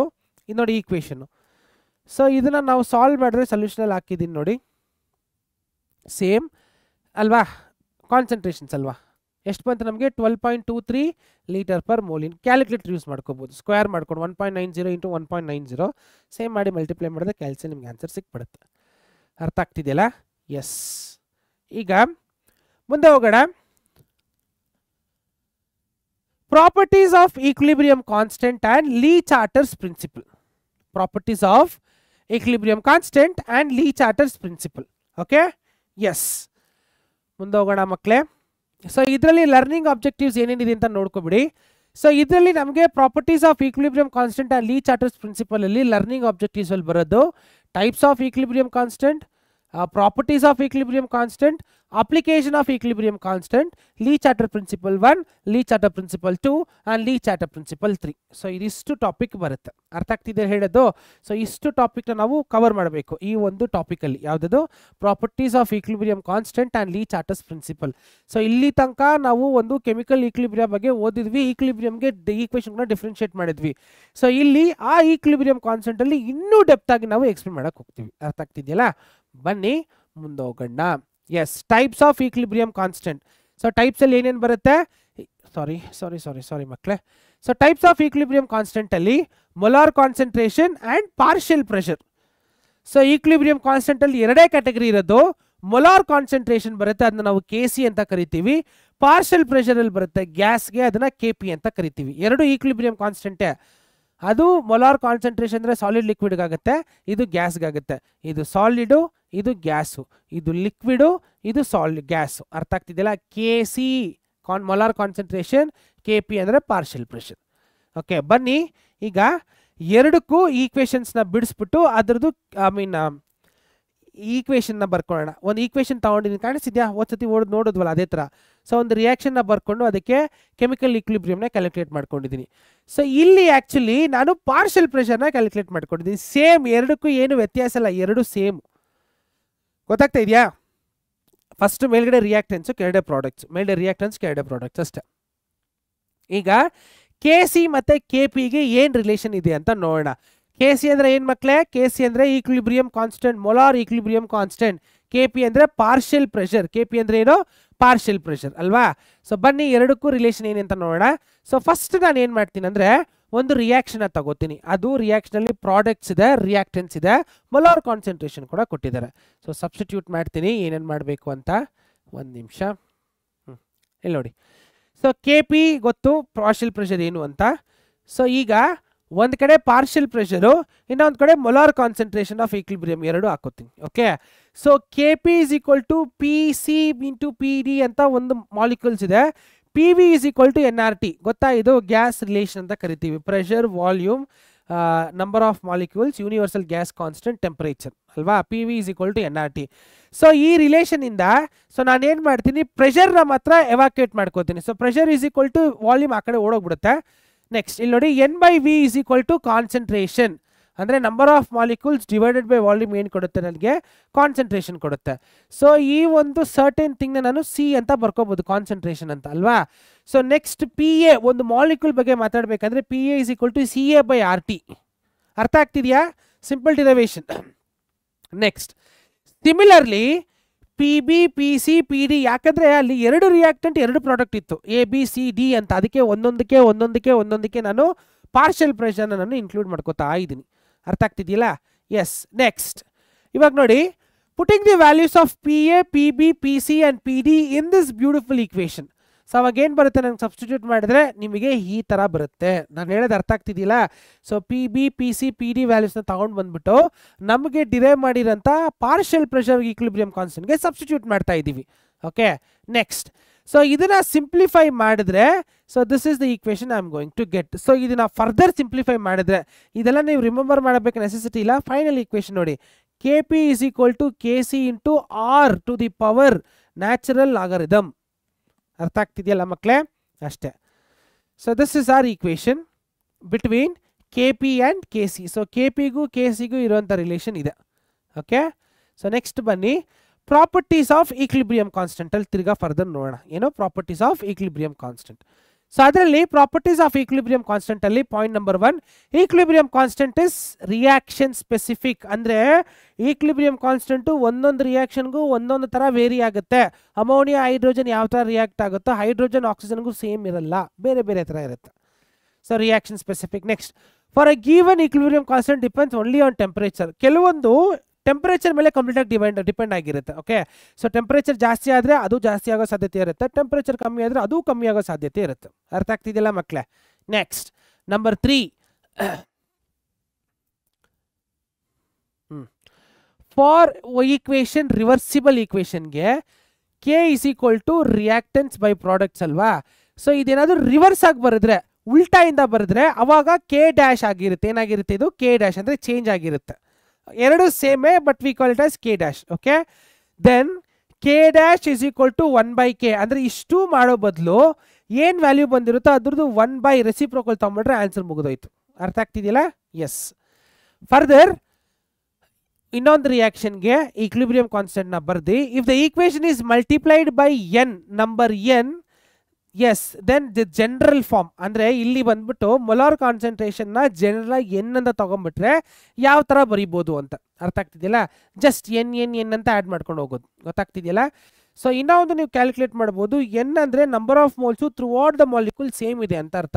ಅವಾಗ overall reaction molar concentration ಏನಾಯಿತು ನೋಡಿ, ಎನ್ ಅಂತ ಬಂತು. ಗೊತ್ತಾಗ್ತಿದೆಯಲ್ಲ? ಎಸ್. ದೆನ್ ಕೆ ಡ್ಯಾಶ್ ಅಂದರೆ reversible reaction is equal to K N. ಇದೆಲ್ಲ ಸಿ ಟಿ ಪಾಯಿಂಟಿಗೆ ತುಂಬ important. Point number 5, if A and C are reversible, B and D are reversible, then K1 is equal to C concentration by idu gottirodu. So K2 is molar concentration D by concentration 2, equation 1 and 2 agutte. If we add both equation K1 plus K2 alva, so K1 plus K2 andre A plus B is equal to C plus D ಅಂತ ಕೊಟ್ರೆ, then I can dash K dash is equal to multiplication product of CA into DB. So then K dash is equal to K1 into KB. So ನೀವು ಡೈರೆಕ್ಟಾಗಿ ಜ್ಞಾಪಕ ಇಟ್ಕೋಬೇಕಾಗಿರೋದು ಈ blue colour mark ಆಗಿದೆ ಗೊತ್ತಾ, ಅದನ್ನು ಮಾತ್ರ ನೀವು ಜ್ಞಾಪಕ ಇಟ್ಕೋಬೇಕು. ಅರ್ಥ ಆಗ್ತಿದೆಯಲ್ಲ ಮಕ್ಕಳೇ? ನೆಕ್ಸ್ಟ್ ಬನ್ನಿ, ಅಪ್ಲಿಕೇಶನ್ ಆಫ್ ಈಕ್ವಿಲಿಬ್ರಿಯಂ ಕಾನ್ಸ್ಟೆಂಟಲ್ಲಿ ತಿರ್ಗಾ ಫರ್ದರ್ ಮುಂದೆ ಹೋಗೋಣ. Next, prediction the direction of reaction. So ಯಾವ ಥರ ಯೂಸ್ ಆಗುತ್ತೆ ಅಂದರೆ, ಅಪ್ಲಿಕೇಶನ್ ಆಫ್ ಈಕ್ವಿಲಿಬ್ರಿಯಂ ಕಾನ್ಸ್ಟೆಂಟು ಒಂದು ರಿಯಾಕ್ಷನ್ದು ಯಾವುದು ಫಾರ್ವರ್ಡ ಬ್ಯಾಕ್ವರ್ಡ್ ಅಂತ ಪ್ರಿಡಿಕ್ಟ್ ಮಾಡೋಕ್ಕೆ. ಒಂದು ಬ್ಯೂಟಿಫುಲ್ ಎಕ್ಸಾಂಪಲ್ ಇದೆ ನೋಡಿ, reactant gives to product, reactant quotient Q is equal to P/R, ಅದು ಗೊತ್ತಿರೋಂಥ ವಿಷಯ. ಸೊ Q is written at any instant of time where K is written as the equilibrium. ಈ ಈಕ್ವೇಷನ್ ಬರ್ದಿದ ತಕ್ಷಣ ಡಿನಾಮಿನೇಟರ್ಲಿ ಏನು ಬರುತ್ತೋ ಅದು ರಿಯಾಕ್ಟೆಂಟ್ ಅಂತಲೇ ನನಗೆ ಗೊತ್ತಾಗ್ಬಿಡುತ್ತೆ, ನ್ಯೂಮರೇಟರ್ಲಿ ಬರೋದು ಪ್ರಾಡಕ್ಟ್ ಅಂತ ಗೊತ್ತಾಗ್ಬಿಡುತ್ತೆ. ಸೊ ಈ ಈಕ್ವೇಷನ್ ಯಾವುದು? Equilibrium constant. So equilibrium constant ಬಂದಿರೋದಕ್ಕೆ ನನಗೆ ಇದು ಗೊತ್ತಾಯ್ತು, ರಿಯಾಕ್ಟೆಂಟ್ ಯಾವುದು, ಪ್ರಾಡಕ್ಟ್ ಯಾವುದು, ಯಾವ ಕಡೆಯಿಂದ ಯಾವ ಕಡೆ ರಿಯಾಕ್ಷನ್ ಹೋಗ್ತಿದೆ ಅಂತ ಗೊತ್ತಾಗ್ತಿದೆಯಲ್ಲ. ನೆಕ್ಸ್ಟ್ ಇಲ್ಲೊಂದು ಬ್ಯೂಟಿಫುಲ್ ಗ್ರಾಫ್ ಇದೆ, ಇಲ್ಲಿ ನೋಡಿ. ಅಪ್ಲಿಕೇಶನ್ ಆಫ್ ಈಕ್ವಿಲಿಬ್ರಿಯಂ ಕಾನ್ಸ್ಟೆಂಟ್ ಅಲ್ಲಿ reaction quotient versus equilibrium constant quotient, reaction quotient versus equilibrium quotient ಇಲ್ಲಿ ನೋಡಿ. ಸೊ ಇದನ್ನ ನೀವು ಮೆಮರೈಸ್ ಮಾಡ್ಕೋಬಹುದು. So quotient is greater than K, quotient is equal to K, quotient is lesser than K. ಅರ್ಥ ಆಗ್ತಿದೆಯಲ್ಲ? S. ಇವಾಗ reaction ಕೋಶೆಂಟು ಈಕ್ವಿಲಿಬ್ರಿಯಂಗಿಂತ ಕಡಿಮೆ ಇತ್ತು ಅಂದರೆ ಅದನ್ನು ಫಾರ್ವರ್ಡ್ ರಿಯಾಕ್ಷನ್. ಇಷ್ಟೇ ನೋಡಿ, ಹಿಂಗೆ ಅರ್ಥ ಮಾಡ್ಕೊಳ್ಳಿ. ರಿಯಾಕ್ಷನ್ನು ಬೇಗ ಆಗ್ತಿದೆ, ಈಕ್ವಿಲಿಬ್ರಿಯಂ ವ್ಯಾಲ್ಯೂ ಕಮ್ಮಿ ಇತ್ತು ಅಂದರೆ ಅದು ಫಾರ್ವರ್ಡ್ ಅಂತಲೇ ಅರ್ಥ. ಇವಾಗ ಈಕ್ವಿಲಿಬ್ರಿಯಂ ಜಾಸ್ತಿ ಇದೆ, ಇನ್ನೊಂದು ರಿಯಾಕ್ಷನ್ ಕಮ್ಮಿ, ಕೋಶೆಂಟ್ ರಿಯಾಕ್ಷನ್ ಕಮ್ಮಿ ಇತ್ತು ಅಂದರೆ ಅದು ಬ್ಯಾಕ್ವರ್ಡ್ ರಿಯಾಕ್ಷನ್ ಅಂತ ಅರ್ಥ. ಎರಡು ಸೇಮ್ ಇತ್ತು ಅಂದರೆ ಈಕ್ವಿಲಿಬ್ರಿಯಂ ಅಟೆನ್ ಆಗಿದೆ ಅಂತ ಅರ್ಥ. ಗೊತ್ತಾಗ್ತಿದೆಯಾ ನಿಮಗೆ? ಓಕೆ, ಈಗ ಲೀ ಚಾರ್ಟರ್ ಪ್ರಿನ್ಸಿಪಲ್ ಏನಂತ ನೋಡೋಣ. ನೋಡಿ, ಲೀ ಚಾರ್ಟರ್ ಪ್ರಿನ್ಸಿಪಲ್ ಅನ್ನೋದು ಕೆಮಿಸ್ಟ್ರಿಯಲ್ಲಿ ತುಂಬ ಬೇಸಿಕ್ ಆಗಿರೋ ಒಂದು ಕಾನ್ಸೆಪ್ಟ್. ಓಕೆ, ಸೊ ಒಂದು forward reaction backward reaction favourable ಆಗಕ್ಕೆ ಏನೇನು ಕಾರಣ ಇದೆ ಅಂತ ಲೀ ಚಾರ್ಟರ್ ಅನ್ನೋದು ನಮ್ಗೆ ಹೇಳಿದ್ದಾರೆ. ಓಕೆ, ಸೊ ಈ ಒಂದು ಪ್ರಿನ್ಸಿಪಲ್ನ ನಾನು ಹಲವಾರು ಸೆಕ್ಷನ್ಸಲ್ಲಿ ಡಿವೈಡ್ ಮಾಡಿದ್ದೀನಿ. ಬನ್ನಿ ಒಂದೊಂದೇ ಏನಂತ ನೋಡೋಣ. So Le Chatelier principle number 1. So factors affecting equilibrium. Okay, so factors affecting ನೋಡೋಣ ಲೀ ಚಾರ್ಟರ್ಸ್ ಪ್ರಿನ್ಸಿಪಲ್. ಅದಕ್ಕಿಂತ ಮುಂಚೆ ಸೊ ಫ್ಯಾಕ್ಟರ್ಸ್ ಅಫೆಕ್ಟಿಂಗ್ ಈಕ್ವಿಲಿಬ್ರಿಯಂ. ಇವಾಗ ಒಂದು ರಿಯಾಕ್ಷನ್ ತಗೋಣ. So hydrogen reacts with what is that? Hydrogen reacts with I2. ಏನು ಅರ್ಥ ಆಗುತ್ತೆ I2 ಅಂದರೆ? iodine ಅಲ್ವಾ? So hydrogen is also gas, iodine is also gas. Hydrogen reacts with iodine to give 2HI. ಏನು HI ಅಂದರೆ hydrogen iodide. ಇವಾಗ total time taken is 0. ಅವಾಗ ಏನೇನಾಗುತ್ತಪ್ಪ? So time 0 ಯಾವುದೇ ಥರ ರಿಯಾಕ್ಷನ್ ಆಗಲ್ಲ. Molar concentration of A, molar concentration of B, molar concentration of C. Okay, next. So equilibrium constant equation ಗೊತ್ತಿದೆ. So time T1ಗೆ ಅವಾಗ ಏನಾಗುತ್ತೆ? A plus X. What is A plus X ಅಂದರೆ ಈ A ಮತ್ತೆ some amount dissolve ಆಗಿದೆ ಅಂತ ಅರ್ಥ. Okay, so further move ಆಗೋಣ. H2 is added. Yes. ಇವಾಗ quotient of the reaction. When quotient of the reaction is lesser than the equilibrium constant, then the reaction shift towards forward shift. ಅದು ನಮಗೆ ಗೊತ್ತಿರೋದಲ್ವಾ? It shifts towards forward. So ನೋಡಿ ಯಾವ ಥರ ಇದೆ. Next, ಈಗ ಲೀ ಚಾರ್ಟರ್ಸ್ ಪ್ರಿನ್ಸಿಪಲ್ಗೆ ಬರೋಣ. So ಅದು ಅಪ್ಲಿಕೇಶನ್ ಒಂದು ಕಡೆ ಇರಲಿ. ಇವಾಗ ಲೀ ಚಾರ್ಟರ್ಸ್ ಪ್ರಿನ್ಸಿಪಲ್ ಬರೋಣ. A change in any of the factors that determines the equilibrium constant of a system will cause the system to change in such a manner so as to reduce or to counteract the effect of the change. ಅರ್ಥ ಆಯ್ತಾ? ಇನ್ನೊಮ್ಮೆ ಓದ್ತೀನಿ ನೋಡಿ. The change in any of the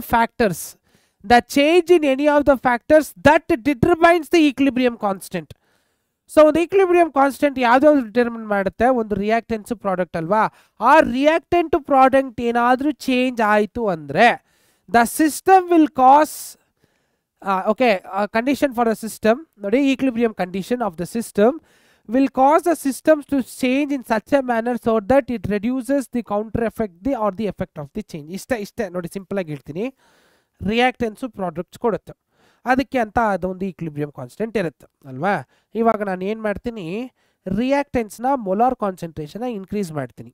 ಅವಾಗ ಏನಾಗುತ್ತೆ? Because ಜ್ಞಾಪಕ ಮಾಡ್ಕೊಳ್ಳಿ, equilibrium constant is equal to ratio of molar concentration of products divided by molar concentration of reactants. ಇವಾಗ 1 ಮೋಲು ಎಷ್ಟೋ ಕೊಡುತ್ತೆ ಒಂದು ರಿಯಾಕ್ಷನಲ್ಲಿ. ಈ ರಿಯಾಕ್ಷನ್ದು ಮೊಲಾರ್ ಕಾನ್ಸಂಟ್ರೇಷನ್ ನಾನು ಏನಾದರೂ ಇನ್ಕ್ರೀಸ್ ಮಾಡಿದ್ರೆ ಆವಾಗ ಈಕ್ವಿಲಿಬ್ರಿಯಂ ಅನ್ನೋದು ಏನಾಗುತ್ತೆ? ಚೇಂಜ್ ಆಗುತ್ತೆ. ಬಟ್ ಸಿಸ್ಟಮ್ ಏನು ಮಾಡುತ್ತೆ? ಆ ಈಕ್ವಿಲಿಬ್ರಿಯಂ ಕಾನ್ಸ್ಟೆಂಟ್ನ ಸೇಮ್ ಇಟ್ಕೊಳ್ಳೋಕ್ಕೆ ಈ ಪ್ರಾಡಕ್ಟ್ದು ಕಾನ್ಸಂಟ್ರೇಷನ್ನ ಜಾಸ್ತಿ ಮಾಡಿಬಿಡುತ್ತೆ. So the factor which changes the equilibrium factor, then the system itself will counteract in order to keep the equilibrium same. ಏನೇ ಚೇಂಜ್ ಆದರೂ ಈಕ್ವಿಲಿಬ್ರಿಯಂ ಮಾತ್ರ ಚೇಂಜ್ ಆಗಬಾರ್ದು, ಆ ಥರ ಸಿಸ್ಟಮ್ ನೋಡ್ಕೊಳ್ಳುತ್ತೆ. ಅದನ್ನ ಲೀ ಚಾರ್ಟರ್ ಅವ್ರ ಪ್ರಿನ್ಸಿಪಲ್ ಅಥವಾ ಲಾ ಹೇಳ್ತಾರೆ. ಗೊತ್ತಾಗ್ತಿದೆಯಾ ನಿಮಗೆ? ಅಷ್ಟೇ. ನಾವು ಫಾರ್ ಎಕ್ಸಾಂಪಲ್ ಒಂದು ರಿಯಾಕ್ಟೆಂಟ್ಸು ಪ್ರಾಡಕ್ಟ್ಸ್ ಕೊಡುತ್ತೆ, ರಿವರ್ಸಿಬಲ್ ರಿಯಾಕ್ಷನ್ ಅಲ್ವಾ. So change in the concentration, change in the pressure, change in the volume, change in the temperature, change in the addition of inert gases. ಇವಾಗ ಯಾವ್ಯಾವ ಫ್ಯಾಕ್ಟರ್ಸ್ನೆಲ್ಲ ಇಟ್ಕೊಂಡು ಆ ಒಂದು ಕೆಮಿಕಲ್ ಈಕ್ವಿಲಿಬ್ರಿಯಮ್ನ ಚೇಂಜ್ ಮಾಡೋದು, ಅವಾಗಲೇ ನಾನು ಹೇಳಿದ್ದು ಜಸ್ಟ್ ಒಂದೇ ಒಂದು ಎಕ್ಸಾಂಪಲ್ ಕೊಟ್ಟು ಹೇಳಿದೆ ಅಷ್ಟೇ. ಕಾನ್ಸಂಟ್ರೇಷನ್ ಮಾಡಿದ್ರೆ ಬೇರೆ ಬೇರೆ ಫ್ಯಾಕ್ಟರ್ಸ್ ಏನೇನಿದೆ. ಸೊ ಕಾನ್ಸಂಟ್ರೇಷನ್ ಇದೆ, ಪ್ರೆಷರ್ ಇದೆ, ವಾಲ್ಯೂಮ್ ಇದೆ, ಟೆಂಪರೇಚರ್ ಇದೆ, ಗ್ಯಾಸ್ ಇದೆ, ಇನರ್ಟ್ ಗ್ಯಾಸಸ್ ಇದೆ. ಸೊ ಇದೆಲ್ಲ ನಾನು ಆ್ಯಡ್ ಮಾಡಿದ್ರೆ ಈಕ್ವಿಲಿಬ್ರಿಯಮ್ ಕಾನ್ಸ್ಟೆಂಟ್ ಅಥವಾ rate of formation, rate of dissolution ಎಲ್ಲ ಚೇಂಜ್ ಆಗುತ್ತೆ. ಇದು ಚೇಂಜ್ ಆದರೆ ಈಕ್ವಿಲಿಬ್ರಿಯಮ್ ಕಾನ್ಸ್ಟೆಂಟು ಚೇಂಜ್ ಆಗುತ್ತೆ. ಬಟ್ ಅದು ಚೇಂಜ್ ಆಗುತ್ತಾ ಇಲ್ವಾ? ಆಗಲ್ಲ. ಯಾಕೆ ಆಗಲ್ಲ ಅಂದರೆ system itself will give contract. ಅದು ಹೆಂಗೆ ಅಂತ ನೋಡೋಣ. ಸೊ ಇದನ್ನು ಎಕ್ಸ್ಪ್ಲೇನ್ ಮಾಡಿರೋರು ಯಾರು? ಲೀ ಚಾರ್ಟರ್ಸ್ ಪ್ರಿನ್ಸಿಪಲ್, ಲೀ ಚಾರ್ಟರ್ ಅನ್ನೋರು. ಅರ್ಥ ಆಗ್ತಿದ್ದಿಲ್ಲ? ಸೊ ಬನ್ನಿ, changing the concentration of the reactants and products. So ರಿಯಾಕ್ಟೆನ್ಸ್ದು ಕಾನ್ಸಂಟ್ರೇಷನು ಮತ್ತು ಪ್ರಾಡಕ್ಟ್ಸ್ ಕಾನ್ಸಂಟ್ರೇಷನ್ನ ಚೇಂಜ್ ಮಾಡಿದ್ರೆ ಈಕ್ವಿಲಿಬ್ರಿಯಮ್ ಕಾನ್ಸ್ಟೆಂಟ್ ಹೇಗೆ ಉಳ್ಕೊಳ್ಳುತ್ತೆ, ಈಕ್ವಿಲಿಬ್ರಿಯಮ್ ಕಾನ್ಸ್ಟೆಂಟ್ನ ಸಿಸ್ಟಮ್ ಹೇಗೆ ಉಳಿಸ್ಕೊಳ್ಳುತ್ತೆ ಅನ್ನೋದು ತುಂಬ ಇಂಪಾರ್ಟೆಂಟ್. ನೋಡೋಣ ಬನ್ನಿ. ಓಕೆ, ಸೊ ಇಲ್ಲಿ ಐರನ್ ಇದೆ. Iron reacts with thiocyanide to give ferrous thiocyanide, ಒಂದು ಕಾಂಪ್ಲೆಕ್ಸ್ ಫಾರ್ಮ್ ಆಗುತ್ತೆ. ಓಕೆ, ಇವಾಗ ಸೊ ಐರನ್ ಯೆಲ್ಲೋ ಕಲರ್ ಇದೆ, ಥಯೋಸೈನೈಡ್ ಕಲರ್ಲೆಸ್ಸು. ಅದೆರಡು ಮಿಕ್ಸ್ ಆದರೆ ನಮ್ಗೆ ಯಾವ್ದು ಬರ್ತಿದೆ? ಡೀಪ್ ರೆಡ್ ಕಲರ್ ಬರ್ತಿದೆ. ರಿಯಾಕ್ಷನ್ ಕಲರ್ ಚೇಂಜಸಲ್ಲಿ ಗೊತ್ತಾಗ್ತಿದೆ. ಓಕೆ, ಇವಾಗ ಇದಕ್ಕೆ ರೇಟ್ ಕಾನ್ಸ್ಟೆಂಟ್ ಬರೆಯೋಣ. ಸೊ ರೇಟ್ ಕಾನ್ಸ್ಟೆಂಟಲ್ಲಿ ಈ ಪ್ರಾಡಕ್ಟ್ ಏನಾಗುತ್ತೆ? ರಿಯಾಕ್ಟೆನ್ಸ್ ಆಗುತ್ತಲ್ವಾ, ಇದು ಪ್ರಾಡಕ್ಟ್ ಆಗುತ್ತೆ. ಬರ್ದಿದ್ದೀನಾ ನೋಡಿ, ಇವಾಗ ಡೀಪ್ ರೆಡ್ ಕಲರ್ ಬರುತ್ತೆ. ಈಗ ಅಡಿಷನ್ ಆಫ್ Fe3+ ಆರ್ ಏನಿದು ಥಯೋಸೈನೈಡ್ ಎಕ್ಸ್ಟ್ರಾ, ಅವಾಗ ಏನಾಗುತ್ತೆ? ಡೀಪ್ ರೆಡ್ ಕಲರ್ ಕಾಣಿಸ್ತಿದೆಯಲ್ಲ ಆಗ್ತಿರೋದು ನಿಮಗೆ. So this is forward reaction. ಏನಾಗ್ತಿದೆ? ಎಕ್ಸ್ಟ್ರಾ ಏನಾದರೂ ಆ್ಯಡ್ ಮಾಡಿದ್ರೆ ನನಗೆ ಫಾರ್ವರ್ಡ್ ರಿಯಾಕ್ಷನ್ ಆಗ್ತಾ ಇದೆ. Okay, yes. Now addition of FeSCN thiocyanate ಅಂದರೆ ಬ್ಯಾಕ್ವರ್ಡ್ ರಿಯಾಕ್ಷನ್ ಆಗುತ್ತೆ. ಇದು ನಿಮಗೆ ಅರ್ಥ ಆಗ್ತಿದೆಯಾ ಇಲ್ಲೋ ಅಂತ ನನಗೆ ಗೊತ್ತಾಗ್ತಾ ಇಲ್ಲ. ನೋಡಿ, ಸಿಂಪಲಾಗಿ ಹೇಳ್ತೀನಿ. ಇದು ಬಂದ್ಬಿಟ್ಟು ಆಗಿರೋ ಅಂಥ ಒಂದು ರಿಯಾಕ್ಷನ್. ಅರ್ಥ ಆಗ್ತಿದೆಯಾ? ಸೊ ಇಲ್ಲಿ ಐರನ್ನು ಮತ್ತು ಥಯೋಸೈನೈಡ್ ಕಂಬೈನ್ ಆಗಿಬಿಟ್ಟು ಒಂದು ಡೀಪ್ ರೆಡ್ ಕಲರ್ ಬಂದ್ಬಿಟ್ಟೈತೆ. ಇದಕ್ಕೇನಾದರೂ ನಾನು ಎಕ್ಸ್ಟ್ರಾ ಐರನ್ನು ಅಥವಾ ಥಯೋಸೈನೈಡ್ನ ಆ್ಯಡ್ ಮಾಡಿದ್ರೆ ಏನಾಗುತ್ತೆ? ಇನ್ನೂ ಡೀಪ್ ರಿಯಾಕ್ಷನ್ ಆಗುತ್ತೆ. ಆವಾಗ ಅದು ಫಾರ್ವರ್ಡ್ ರಿಯಾಕ್ಷನ್ ಕಡೆ ಹೋಗುತ್ತೆ. ಅದೇ ಇದಕ್ಕೆ ನಾನೇನಾದರೂ ಅಡಿಷನ್ ಆಫ್ ಪ್ರಾಡಕ್ಟ್ ಏನು ಬಂತು? FeCN2 ಬಂತು ಗೊತ್ತಾ? ಅದನ್ನು ಆ್ಯಡ್ ಮಾಡಿದ್ರೆ ಯೆಲ್ಲೋ ಕಲರ್ ಅಂದರೆ ಬ್ಯಾಕ್ವರ್ಡ್ ರಿಯಾಕ್ಷನ್ಗೆ ಬರುತ್ತೆ. ಬ್ಯಾಕ್ವರ್ಡ್ ರಿಯಾಕ್ಷನ್ ಅಂದರೆ ಯೆಲ್ಲೋ ಕಲರ್ಗೆ ಬರುತ್ತೆ. ಅಂದರೆ ಇಲ್ಲಿ ನೋಡಿ, ಇದು ಎರಡೂ ಮಿಕ್ಸ್ ಆಗಿ ಒಂದು ರೆಡ್ ಕಲರ್ ಬರುತ್ತೆ. ಇದಕ್ಕೇನಾದರೂ ವಾಪಸ್ ನಾನು ರಿಯಾಕ್ಟೆಂಟ್ಸ್ನ ಆ್ಯಡ್ ಮಾಡಿದ್ರೆ ಅದು ಇನ್ನೂ ಫಾರ್ವರ್ಡ್ ರಿಯಾಕ್ಷನ್ಗೆ ಪುಷ್ ಆಗುತ್ತೆ, ಇನ್ನೂ ಪ್ರಾಡಕ್ಟ್ಸ್ಗೆ ಪುಷ್ ಆಗುತ್ತೆ, ಡೀಪ್ ರೆಡ್ ಬರುತ್ತೆ. ಬಟ್ ಇದೇ ಇದಕ್ಕೆ ಬಂದಿರೋ ಪ್ರಾಡಕ್ಟ್ಸ್ನ ನಾನು ಡ್ರಾಪ್ ವೈಸ್ ಆ್ಯಡ್ ಮಾಡಿದ್ರೆ ಅದು ಯೆಲ್ಲೋ ಕಲರ್ ಬರುತ್ತೆ. ಅದೇನು ಬರುತ್ತೆ? ಯೆಲ್ಲೋ ಕಲರ್ ಬರುತ್ತೆ. ಸೊ ಇಲ್ಲಿ ಈಕ್ವಿಲಿಬ್ರಿಯಮ್ ಎಲ್ಲೂ ಚೇಂಜ್ ಆಗಲ್ಲ. ಸೊ ಸಿಸ್ಟಮ್ ಏನು ಮಾಡ್ಕೊಳ್ಳುತ್ತೆ? ಈಕ್ವಿಲಿಬ್ರಿಯಮ್ನ ಉಳಿಸ್ಕೊಳ್ಳೋಕ್ಕೆ ಕಲರ್ ಡಿಫ್ರೆನ್ಷಿಯೇಷನ್ಸಲ್ಲಿ ಆಲ್ಟರ್ ಮಾಡ್ಕೊಬಿಡುತ್ತೆ. ಇದನ್ನು ಮೊಲಾರ್ ಕಾನ್ಸಂಟ್ರೇಷನ್ನ ಚೇಂಜ್ ಮಾಡಿದ್ರು ಈಕ್ವಿಲಿಬ್ರಿಯಮ್ ಕಾನ್ಸ್ಟೆಂಟ್ ಚೇಂಜ್ ಆಗಲ್ಲ. ಗೊತ್ತಾಗ್ತಿದೆಯಲ್ಲ ಮಕ್ಕಳೇ? S. Now, change in the concentration of reactants and products will further. Change in concentration, addition of reactants forward ಆಗುತ್ತೆ, addition of removal of reactants backward reaction ಆಗುತ್ತೆ, addition of products reversible backward reaction ಆಗುತ್ತೆ, removal of products forward reaction ಆಗುತ್ತೆ. Okay, yes. ಈಗ ಒಂದು question ಇದೆ, try ಮಾಡಿ. Describe the effect of addition of H2, addition of what is that?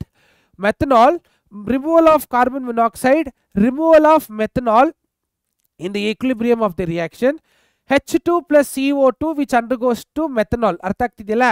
So ನೀವು direction ಯಾವ ಥರ ಅಂತ ಹೇಳಬೇಕು. ಫಸ್ಟ್ ಇಲ್ಲಿ ನೀವು ಏನು ಮಾಡ್ಕೋಬೇಕಂದ್ರೆ ರಿಯಾಕ್ಟೆನ್ಸ್ ಯಾವುದು, ಪ್ರಾಡಕ್ಟ್ಸ್ ಯಾವುದು ಅಂತ ಒಂದು ಕಡೆ ಗುಂಪು ಮಾಡ್ಕೊಂಬಿಡಿ.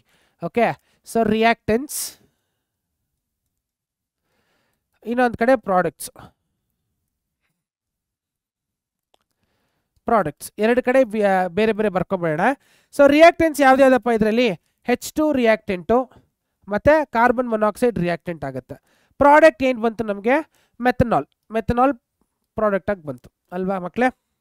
ಇವಾಗ ರಿಯಾಕ್ಷನ್ ಏನಂದರೆ addition of reactants will give you forward, removal of reactants will give you backward, addition of products will give you backward, removal of products will give you forward. ಅರ್ಥ ಆಗ್ತಿದೆಯಲ್ಲ? ಇದೇ reaction.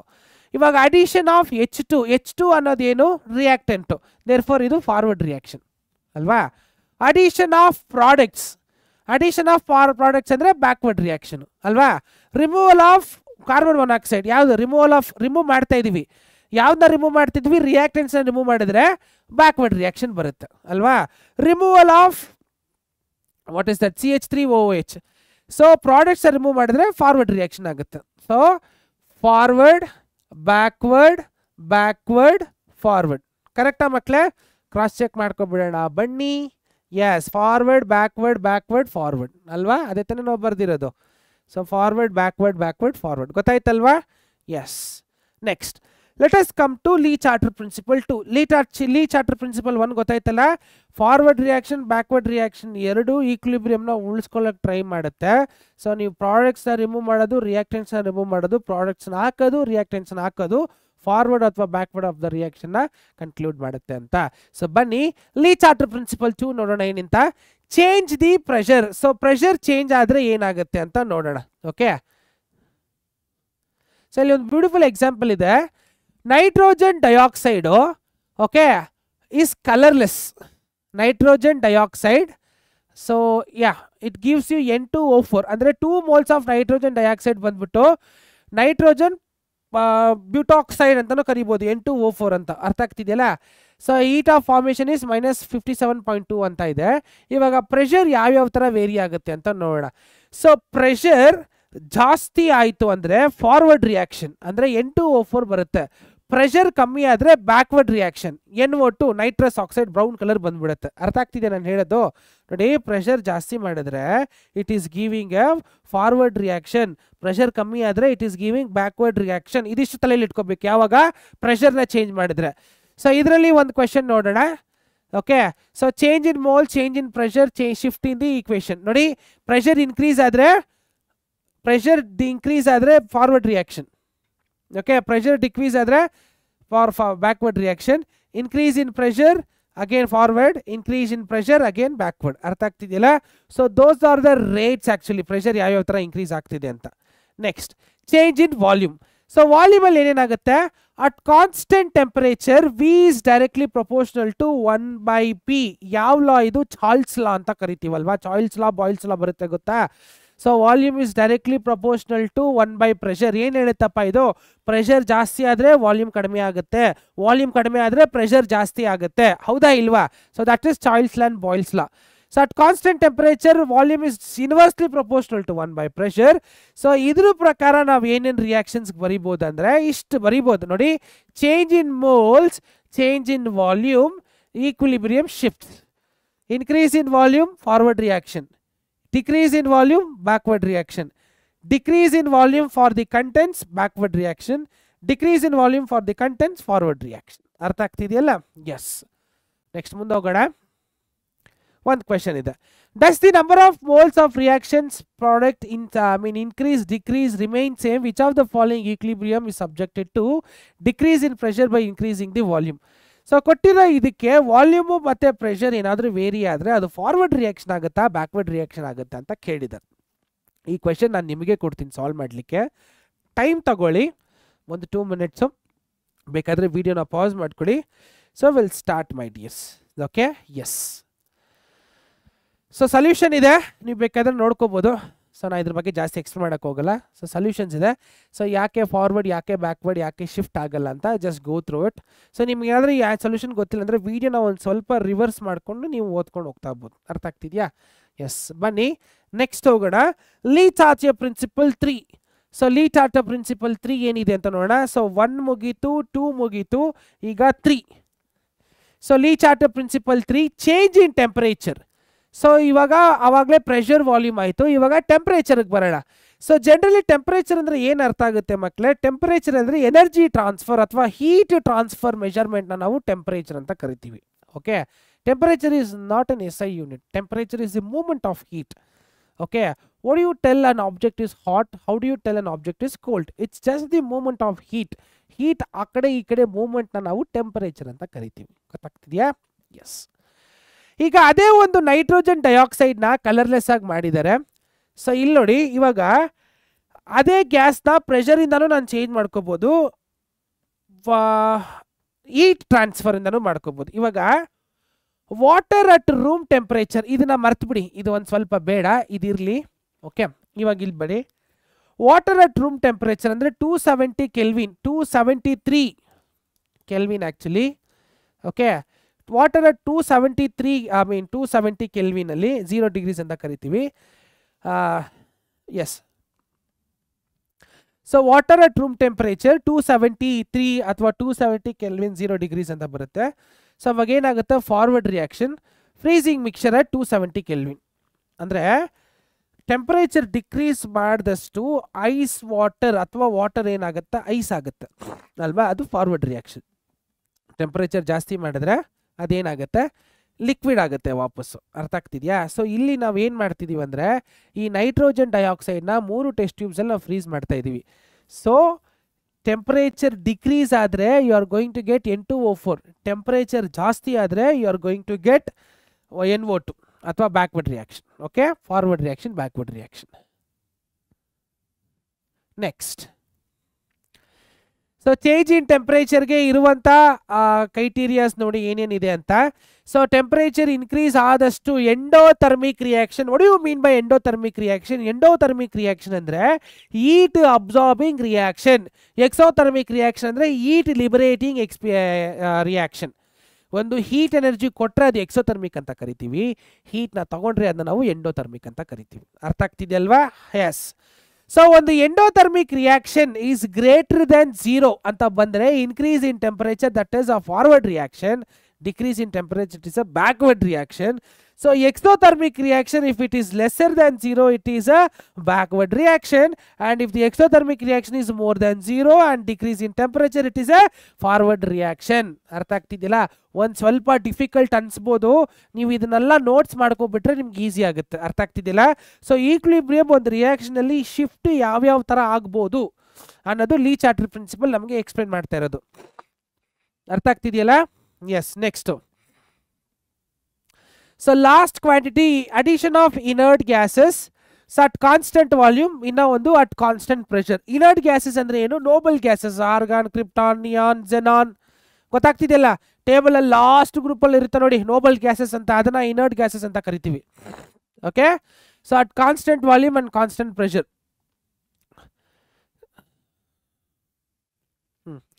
So no change in molar concentration of the partial pressure of the reactants and products, equilibrium remains undisturbed. Next, molar concentration or partial pressure of the reactants and products decreases as the volume of the mixture increases. Equilibrium will shift as in case of increases its volume. So inert gases ನೀವು ಏನಾದರೂ mix ಮಾಡಿದ್ರೆ at constant volume ಯಾವುದೇ ಥರ reaction ಆಗಲ್ಲ, but at constant pressure. So pressure at constant volume ಆಗಿರಲಿ. Next constant ಪ್ರೆಷರಲ್ಲಿ so pressure increase ಆದರೆ volume volume decrease ಆಗುತ್ತೆ. ಸೊ ಆವಾಗ molar concentration of the partial pressure of the reactants and producers decreases as the volume of the mixture increases. Equilibrium will shift in case of increasing in the volume. ಅಷ್ಟೇ. So ಅದಕ್ಕೆ so forward backward reactions ಇದೆ, ಸ್ವಲ್ಪ ನೋಡ್ಕೊಬಿಡಿ. So increase in volume, so the equilibrium shifts towards forward, decrease in volume, the equilibrium shifts backward, increase or decrease in volume, so there is no certain shifts. Catalyst ಅಂದ್ರೆ ಏನಂತ ಗೊತ್ತಾ? So catalyst ಅಂದರೆ ಒಂದು ರಿಯಾಕ್ಷನಲ್ಲಿ ಬೇಗ ಮಾಡಬೇಕಂದ್ರೆ, for example catalyst ಏನಕ್ಕೆ ಒಂದು ರಿಯಾಕ್ಷನ್ಗೆ ಹಾಕ್ತಾರೆ ಅಂದರೆ ಒಂದು ಪ್ರಾಡಕ್ಟ್ಸಿಂದ ಒಂದು ರಿಯಾಕ್ಷನ್ಸಿಂದ ಪ್ರಾಡಕ್ಟ್ಸ್ ಆಗಲಿಕ್ಕೆ ಒಂದು ಸ್ವಲ್ಪ ಟೈಮ್ ಆಗುತ್ತೆ ಅನ್ಕೋಣ. ಇವಾಗ ಫಾರ್ ಎಕ್ಸಾಂಪಲ್ ಒಂದು ರಿಯಾಕ್ಷನ್ A to B ಅಂತ A ಇಂದ B ಆಗ್ತಾ ಇದೆ. ಓಕೆ, ಸೊ ಅದಕ್ಕೆ ಟೈಮ್ T1 ಅಂತ ಅನ್ಕೋಣ. ಸೊ ಇದೇ ರಿಯಾಕ್ಷನ್ಗೆ ನಾನು ಏನಾದರೂ ಕ್ಯಾಟಲಿಸ್ಟ್ ಹಾಕಿದ್ರೆ C ಅಂತ ಒಂದು ಕ್ಯಾಟಲಿಸ್ಟ್ ಹಾಕಿದ್ರೆ, ಸೊ ಅದೇ A to B ಆಗೋಕ್ಕೆ ನನಗೆ ಬೇರೆ ಟೈಮ್ ಆಗಿಬಿಡುತ್ತೆ T2. ಸೊ ಇಲ್ಲಿ T1 is lesser than T2, sorry T2 is lesser than T1 ಅಂದರೆ ಟೈಮ್ ಕಡಿಮೆ ಆಗುತ್ತೆ. ಓಕೆ, ಸೊ ಕ್ಯಾಟಲಿಸ್ಟ್ ಕೂಡ ನಾವು ಹಾಕಿರೋದು ರಿಯಾಕ್ಷನಲ್ಲಿ ಡಿಪೆಂಡ್ ಆಗಲ್ಲ. ಸೊ ಇದನ್ನು ನಾವು ಕ್ಯಾಟಲಿಸ್ಟ್ ಅಂತ ಕರಿತೀವಿ. Sorry, okay, yes. ನಾವು ಇಲ್ಲಿ ನೋಡಿ, so sulphur dioxide plus oxygen will give you sulphur trioxide. Sulphur ಟ್ರೈಆಕ್ಸೈಡ್ನ ಫರ್ದರ್ ಆಕ್ಸಿಡೈಸ್ ಮಾಡಿದ್ರೆ ಸಲ್ಫರ್ ಡೈಆಕ್ಸೈಡ್ ಆಗೋದು, ದಟ್ ಈಸ್ ಹೇಬರ್ಸ್ ಪ್ರೋಸೆಸ್ಸಲ್ಲಿ H2SO4 ಬರೋಕ್ಕೆ. ಓಕೆ, ಅರ್ಥ ಸುಮ್ಮನೆ ಇರಲಿ. ಸೊ ಇದ್ರದ್ದು ಈಕ್ವಿಲಿಬ್ರಿಯಂ ಕಾನ್ಸ್ಟೆಂಟ್ ಎಷ್ಟಿದೆ ನೋಡಿ, 1.7 × 10⁻26 ಅಂತ ಬರುತ್ತೆ. The catalyst affects the forward and backward reaction in the same manner. So equilibrium remains undisturbed, but the time required to achieve the equilibrium reduces. ಗೊತ್ತಾಗ್ತಿದ್ಯಾ? ಸೊ ನೀವು ಕ್ಯಾಟಲಿಸ್ಟ್ ಹಾಕಿದ ತಕ್ಷಣ ಅದು ಫಾರ್ವರ್ಡ್ ರಿಯಾಕ್ಷನು ಮತ್ತು ಬ್ಯಾಕ್ವರ್ಡ್ ರಿಯಾಕ್ಷನ್ ಎರಡೂ affect ಆಗುತ್ತೆ. So ಆದ್ದರಿಂದ equilibrium ಯಾವುದೇ ಕಾರಣಕ್ಕೂ ಚೇಂಜ್ ಆಗಲ್ಲ, ಬಟ್ ಆ ರಿಯಾಕ್ಟೆನ್ಸಿಂದ ಪ್ರಾಡಕ್ಟ್ಸ್ ಆಗುವಂಥ ಟೈಮು ಕಮ್ಮಿ ಆಗಿಬಿಡುತ್ತೆ. ಇಲ್ಲಿ ಒಂದು ಗ್ರಾಫ್ ಇದೆ, ನೀವು ನೋಡ್ಬೋದು. ಆ್ಯಕ್ಚುಲಿ ಇಲ್ಲಿ ಎನರ್ಜಿ ಮತ್ತು ರಿಯಾಕ್ಷನ್ ಕೋಆರ್ಡಿನೇಟ್ಸ್ ಅಂತ ಇದೆ. ಇಲ್ಲಿ ನೋಡಿ, ರಿಯಾಕ್ಟೆನ್ಸ್ ಇಂದ ಪ್ರಾಡಕ್ಟ್ ಆಗಲಿಕ್ಕೆ you see the time lapse, blue colour line ಕಾಣಿಸ್ತಿದೆಯಾ, ಅದು ಅಷ್ಟು ಟೈಮ್ ಆಗೋದು actually. So activation energy reach ಮಾಡಿ ಹೈಯೆಸ್ಟ್ ಎನರ್ಜಿ ರೀಚ್ ಆಗಿ ಆಮೇಲೆ ಲೋವೆಸ್ಟ್ ಎನರ್ಜಿಗೆ ಬಂದು ಪ್ರಾಡಕ್ಟ್ಸಾಗಿ ಕನ್ವರ್ಟ್ ಆಗೋದು. This is how generally reaction will occur. ನೀವೇನಾದರೂ ಕ್ಯಾಟಲಿಸ್ಟ್ ಹಾಕಿದ್ರೆ look at the amount of energy and time it requires. Energy ಕೂಡ ಅಷ್ಟೇ ನೋಡಿ, ಜಾಸ್ತಿ ಕೊಡಬೇಕು ನೆಸೆಸಿಟಿ ಇಲ್ಲ. ಕಮ್ಮಿ ಎನರ್ಜಿಯಲ್ಲೇ ಎನರ್ಜಿ ಆಫ್ ಆಕ್ಟಿವೇಶನ್ ರೀಚ್ ಆಗಿಬಿಟ್ಟು ಪ್ರಾಡಕ್ಟ್ಸ್ ಫಾರ್ಮ್ ಆಗಿಬಿಡುತ್ತೆ. ಈ ಡಿಫ್ರೆನ್ಸ್ ಕಾಣಿಸ್ತಿದೆಯಾ ನಿಮಗೆ? ಈ ಡಿಫ್ರೆನ್ಸ್ ಬಂದಿರೋದೇ ಕ್ಯಾಟಲಿಸ್ಟಿಂದ. ಇದು ನಾರ್ಮಲ್ ರಿಯಾಕ್ಷನು, ಕ್ಯಾಟಲಿಸ್ಟ್ ಹಾಕಿರೋದಕ್ಕೆ ಎಷ್ಟು ಕಮ್ಮಿ ಆಗಿದೆ ನೋಡಿ, ಓಕೆ, ಪ್ರಾಡಕ್ಟ್ಸ್ ಆಗಿರೋದು. ಸೊ ಈ ಡಿಫ್ರೆನ್ಸ್ ಬರೋಕ್ಕೆ ನಾವು ಕ್ಯಾಟಲಿಸ್ಟ್ನ ಯೂಸ್ ಮಾಡ್ತೀವಿ. ಅಂದರೆ ಒಂದು ರಿಯಾಕ್ಟೆನ್ಸಿಂದ ಪ್ರಾಡಕ್ಟ್ ಆಗೋಕ್ಕೆ ಟೈಮ್ ಆಗೋದು ತುಂಬ ಕಮ್ಮಿ ಆಗಿಬಿಡುತ್ತೆ, ಟೈಮ್ ತಗೊಳ್ಳೋದು. Okay, yes. ಸೊ ಕ್ಯಾಟಲಿಸ್ಟು ಈಕ್ಲಿಬ್ರಿಯಮ್ನ ಯಾವುದೇ ಕಾರಣಕ್ಕೂ ಅಫೆಕ್ಟ್ ಮಾಡಲ್ಲ. Okay, next. So ionic equilibria and p H of a solution. ಇವಾಗ ಈಕ್ಲಿಬ್ರಿಯಮ್ಮು ಸೊಲ್ಯೂಷನ್ ನೋಡಿದ್ವಿ, ಕೆಮಿಕಲ್ ಈಕ್ಲಿಬ್ರಿಯಮ್, ಫಿಸಿಕಲ್ ಈಕ್ಲಿಬ್ರಿಯಮ್ ಅಂತ ಸುಮಾರು ನೋಡ್ಕೊಂಡು ಬಂದ್ವಿ. ಈಗ let us go something about ionic equilibrium ಮತ್ತು p H of the solution. So p H of the solution, p H ಆಮೇಲೆ ನೋಡೋಣ. ಅಯಾನಿಕ್ ಈಕ್ಲಿಬ್ರಿಯಮ್ ಅಂದರೆ ಏನಂತ ನೋಡೋಣ. ಇವಾಗ ಅಯಾನ್ಸ್ ಸೊಲ್ಯೂಷನ್ ಇತ್ತು ಅಂದರೆ ಈಕ್ಲಿಬ್ರಿಯಮ್ ಯಾವ್ಯಾವ್ದು ಯಾವ ಥರ ಆಕ್ಟ್ ಆಗುತ್ತೆ ಅಂತ. ಸೊ ಇದರಲ್ಲಿ ನಮಗೆ ಕವರ್ ಆಗೋಂಥ topics electrolytes, acid bases theory, self ionisation of water, p H of strong acids and bases, p H of weak acids and bases ಮತ್ತು ಕಾಮನ್ ಅಯಾನ್ ಎಫೆಕ್ಟ್ ಅಂತ. ಅರ್ಥ ಆಗ್ತಿದೆಯಾ ಮಕ್ಕಳೇ? ಎಸ್. ಸೊ ಬನ್ನಿ ಮುಂದೆ ಹೋಗೋಣ. So electrolytes. Yes, what is electrolytes? Electrolytes ಅಂದರೆ ions ಅಂತ ಕರಿತೀವಿ. ಎಲೆಕ್ಟ್ರೋಲೈಸಿಸ್ ಎಲ್ಲ ನೋಡಿರ್ತೀರ ನೀವು ಅಲ್ವಾ? Electrons, sodium, chlorine, bromine, iodine, potassium ಎಲ್ಲ ಬರುತ್ತಲ್ಲ, ಇದೆಲ್ಲ ನಾವು ಏನಂತ ಕರಿತೀವಿ? ನಾವು ಎಲೆಕ್ಟ್ರೋಲೈಟ್ಸ್ ಅಂತ ಕರಿತೀವಿ, ಪ್ಲಸ್ ಆಗಿರಲಿ ಮೈನಸ್ ಆಗಿರಲಿ ಅಲ್ವಾ? ಸೊ ಸಬ್ಸ್ಟೆನ್ಸಲ್ಲಿ ಎಲೆಕ್ಟ್ರೋಲೈಟ್ಸ್, ನಾನ್ ಎಲೆಕ್ಟ್ರೋಲೈಟ್ಸ್ ಅಂತ ಎರಡು ಕ್ಯಾಟಗರೀಸಲ್ಲಿ ನಾವು ಕ್ಲಾಸಿಫೈ ಮಾಡ್ಬೋದು. ಸೊ ಎಲೆಕ್ಟ್ರೋಲೈಟ್ಸ್ಗೆ ಇರುವಂಥ ಗುಣಾಂಶಗಳು ಏನೇನೋ, in aqueous solution conducts electricity, ಅದಕ್ಕೆ ಅದನ್ನ ಎಲೆಕ್ಟ್ರೋಲೈಟ್ಸ್ ಅಂತ ಕರಿತೀವಿ. Next dissociates in corresponding ions when dissolved in water. Example sodium chloride. Sodium chloride ನೀರು ಡಿಸಾಲ್ವ್ ಆದರೆ Na+Cl- ಅಂತ ಆಗುತ್ತೆ, ಗೊತ್ತಾ? ಅದು ಒಂದು. ಸೊ ಅದಕ್ಕೆ example NaOH base, HCl, NaCl etcetera. So ಅದೇ sodium chloride, sodium hydroxide dissolve in water will give you sodium plus hydroxide. So ಅದೆರಡು ಏನಾಗುತ್ತೆ? ಎಲೆಕ್ಟ್ರೋಲೈಟ್ಸ್ ಆಗುತ್ತೆ. ಓಕೆ, ಕಂಡಕ್ಟ್ ಮಾಡಬೇಕು. ನೆಕ್ಸ್ಟು ನಾನ್ ಎಲೆಕ್ಟ್ರೋಲೈಟ್ಸ್ಗೆ ಬರೋಣ. So it is aqueous solution, does not conduct electricity. ನೀರಿಗೆ mix ಮಾಡಿದ್ರೆ ಅದು ಎಲೆಕ್ಟ್ರಿಸಿಟಿನ ಕಂಡಕ್ಟ್ ಮಾಡಲ್ಲ. Point number 2, does not dissociate on dissolving in water. ನೀರಿಗೆ ಹಾಕಿದ್ರು ಅದು ಡಿಸಾಲ್ವ್ ಆಗಲ್ಲ. ಅಂದರೆ ಆರ್ಗ್ಯಾನಿಕ್ಸ್ ಕಾಂಪೌಂಡ್ಸ್ ಇದಕ್ಕೆ beautiful example.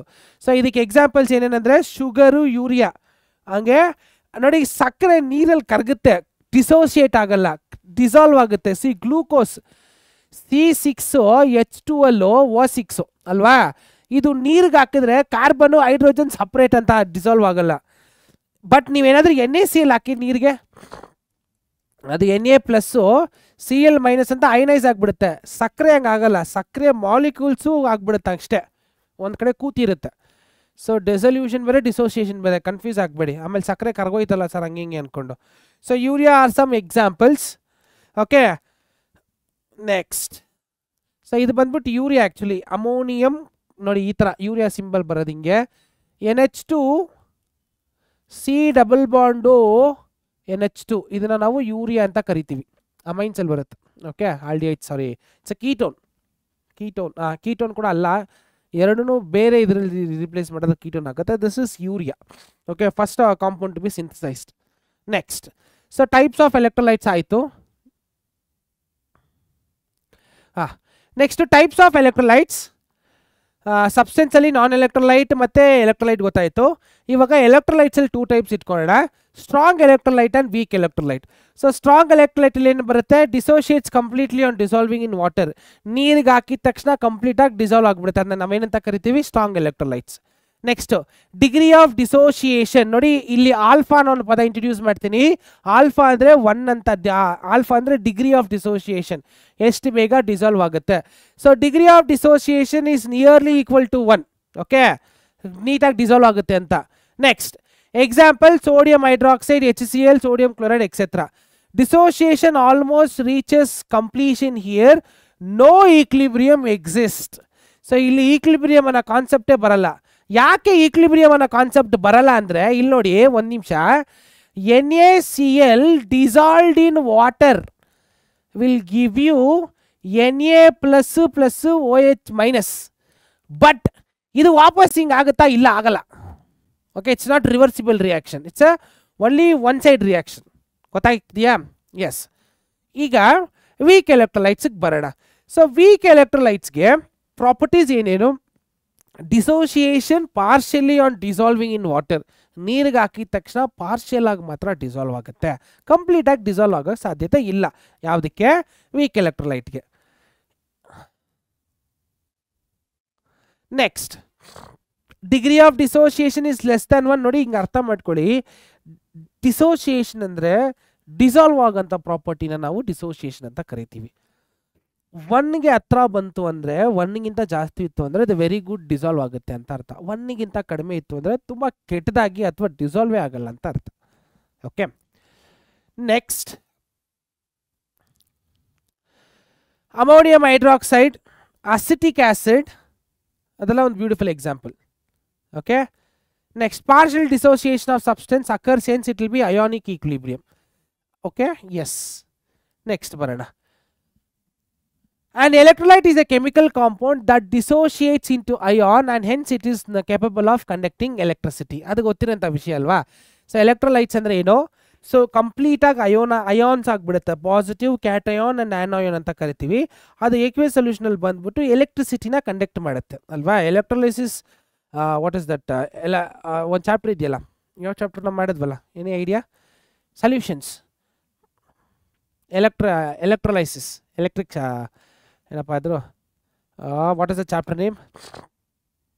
Electrochemistry. Sorry, electrochemistry chapter ನಿಂತಿರೋದೇ ಇದ್ರ ಬೇಸಿಸ್ ಮೇಲೆ ತಾನೆ ಅಲ್ವಾ? ನೆಕ್ಸ್ಟ್, ಈಗ ಒಂದು ಎಲೆಕ್ಟ್ರೋಲೈಟ್ ಇದೆ, ಅದನ್ನು ಆ್ಯಸಿಡ್ ಆಗು ಕ್ಲಾಸಿಫೈ ಮಾಡ್ಬೋದು, ಬೇಸ್ ಆಗು ಕ್ಲಾಸಿಫೈ ಮಾಡ್ಬೋದು, ಸಾಲ್ಟ್ಸ್ ಆಗು ಕ್ಲಾಸಿಫೈ ಮಾಡ್ಬೋದು.